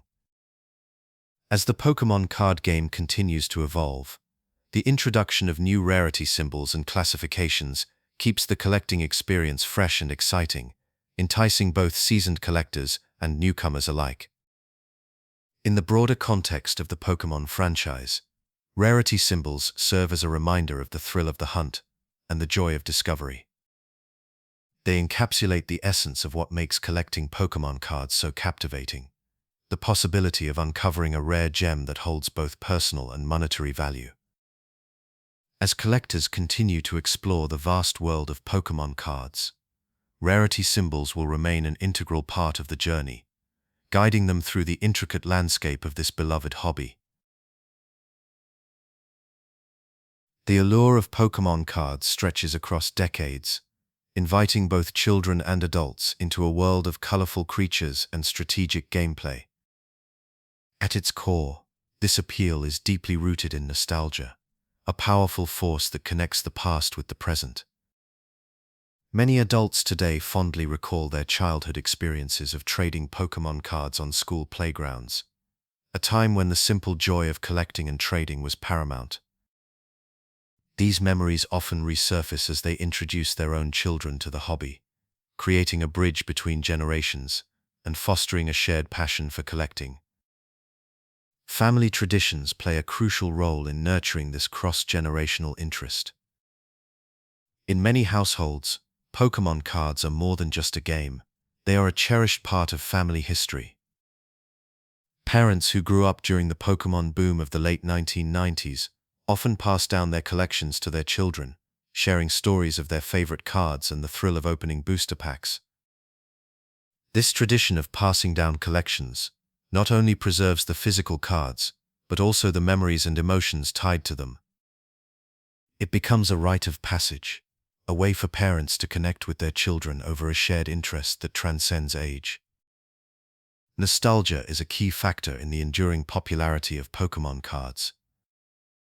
For many adult collectors, revisiting the cards of their youth offers a comforting escape from the complexities of adult life. The familiar faces of Pikachu, Charizard, and other beloved Pokémon evoke a sense of joy and simplicity, transporting collectors back to a time when their biggest concern was completing their card set. This nostalgic pull is powerful, often reigniting a dormant passion for collecting and inspiring adults to dive back into the world of Pokémon with renewed enthusiasm. Community events have also played a significant role in bridging generational gaps. Pokémon leagues, tournaments, and trade nights provide a welcoming environment where collectors of all ages can come together to share their love for the game. These events offer more than just an opportunity to trade and play. They create a sense of community and belonging. Older collectors often share their knowledge and experiences with younger enthusiasts, fostering a culture of mentorship and camaraderie. In turn, younger collectors bring fresh perspectives and energy, enriching the community as a whole. The shared experiences of collecting Pokémon cards create lasting memories that span generations, Many collectors recall the excitement of their first tournament win, the joy of completing a rare card set, or the camaraderie of trading with friends. These memories are often relived and shared within families, becoming part of a collective narrative that binds generations together. The lasting significance of Pokémon cards lies not only in the cards themselves, but in the connections and memories they create. The cross-generational appeal of Pokémon cards is a testament to their timeless charm and the powerful emotions they evoke. As long as there are new generations of collectors eager to discover the magic of Pokémon, the cards will continue to captivate and unite fans of all ages. The vibrant community that has grown around Pokémon cards is a reflection of the enduring legacy of this beloved hobby, one that continues to thrive and evolve with each passing year. The act of opening a Pokémon card pack is a sensory experience that begins the moment you hold the pack in your hands. The crinkling sound of the foil wrapper, the slight resistance as you peel it open, and the anticipation of what lies inside are all part of the ritual. Each pack is a mystery, a sealed promise of potential treasures hidden within. As you sift through the cards, the smooth texture and vibrant colors come to life, each card a small piece of art waiting to be discovered. This tactile engagement is a key component of the joy that collectors find in the simple act of opening a pack. Emotionally, the process is a roller coaster of anticipation and excitement. The initial thrill of breaking the seal is often followed by a moment of breathless expectation as the cards are revealed one by one. Each card turned over holds the promise of being that rare find, the elusive chase card that could complete a collection or hold significant value. The highs of discovering a coveted card are exhilarating, often accompanied by a rush of adrenaline and a sense of triumph.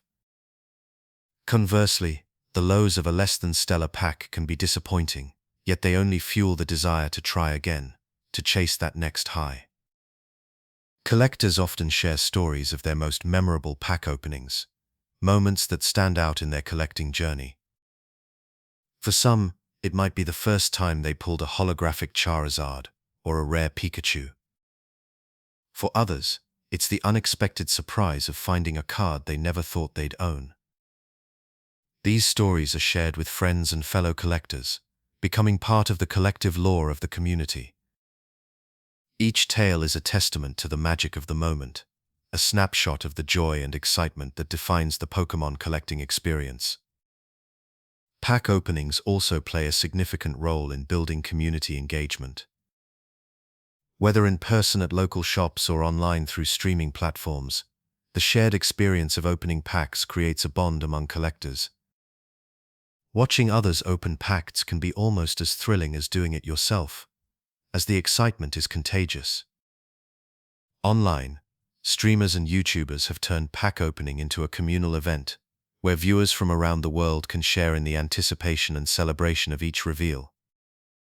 This shared experience fosters a sense of belonging and connection among fans, strengthening the community as a whole. The impact of pack opening on collecting culture is profound and lasting. It keeps the hobby dynamic and exciting, as each new set release brings fresh opportunities for discovery. The ritual of pack opening is a tradition that transcends generations, a shared experience that links the past with the present. For many collectors, it is the heart of the hobby, the moment where possibility and reality meet. The anticipation and excitement of opening a pack are timeless, a constant in the ever-evolving landscape of Pokémon collecting. As long as there are packs to open, this cherished tradition will continue to captivate and inspire collectors around the world. Pokémon cards have maintained their popularity and value for decades, becoming a staple in both the world of collectibles and investments. One of the key factors driving this enduring interest is the deep sense of nostalgia they evoke. Many collectors today grew up during the initial Pokémon craze, and the cards serve as tangible reminders of their childhood. The bright colors, intricate designs, and familiar characters transport them back to simpler times, creating an emotional connection that is both powerful and enduring.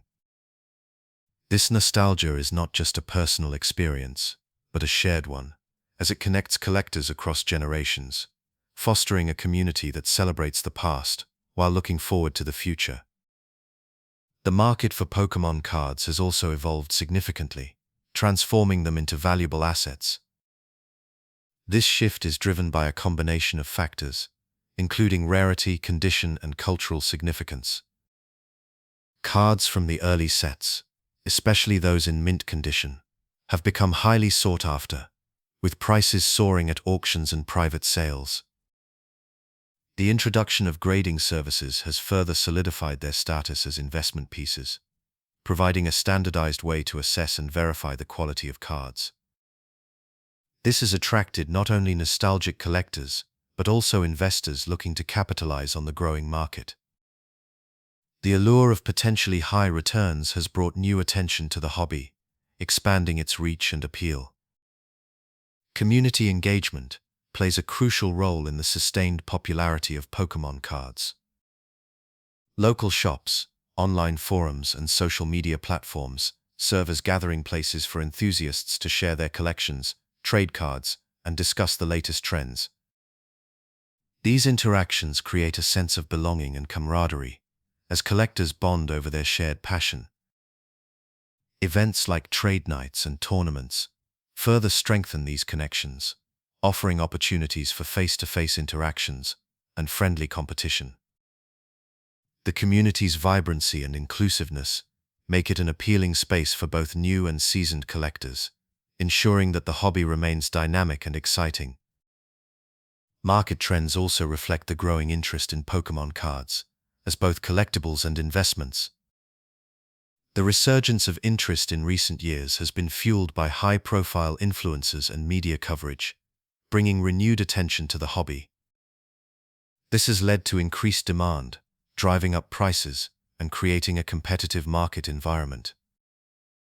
The scarcity of certain cards, combined with their cultural significance, adds to their allure, making them prized possessions for collectors and investors alike. As the market continues to evolve, the potential for growth and discovery keeps the interest alive, drawing in new participants eager to explore the world of Pokémon cards. Looking ahead, the Pokémon card collecting landscape is poised for continued growth and innovation. The introduction of new sets, mechanics, and collaborations keeps the hobby fresh and engaging, attracting a diverse audience. As technology advances, digital platforms and virtual experiences may offer new ways to interact with and enjoy the cards, broadening their appeal. The enduring legacy of Pokémon cards lies in their ability to adapt and remain relevant, capturing the imagination of fans across the globe.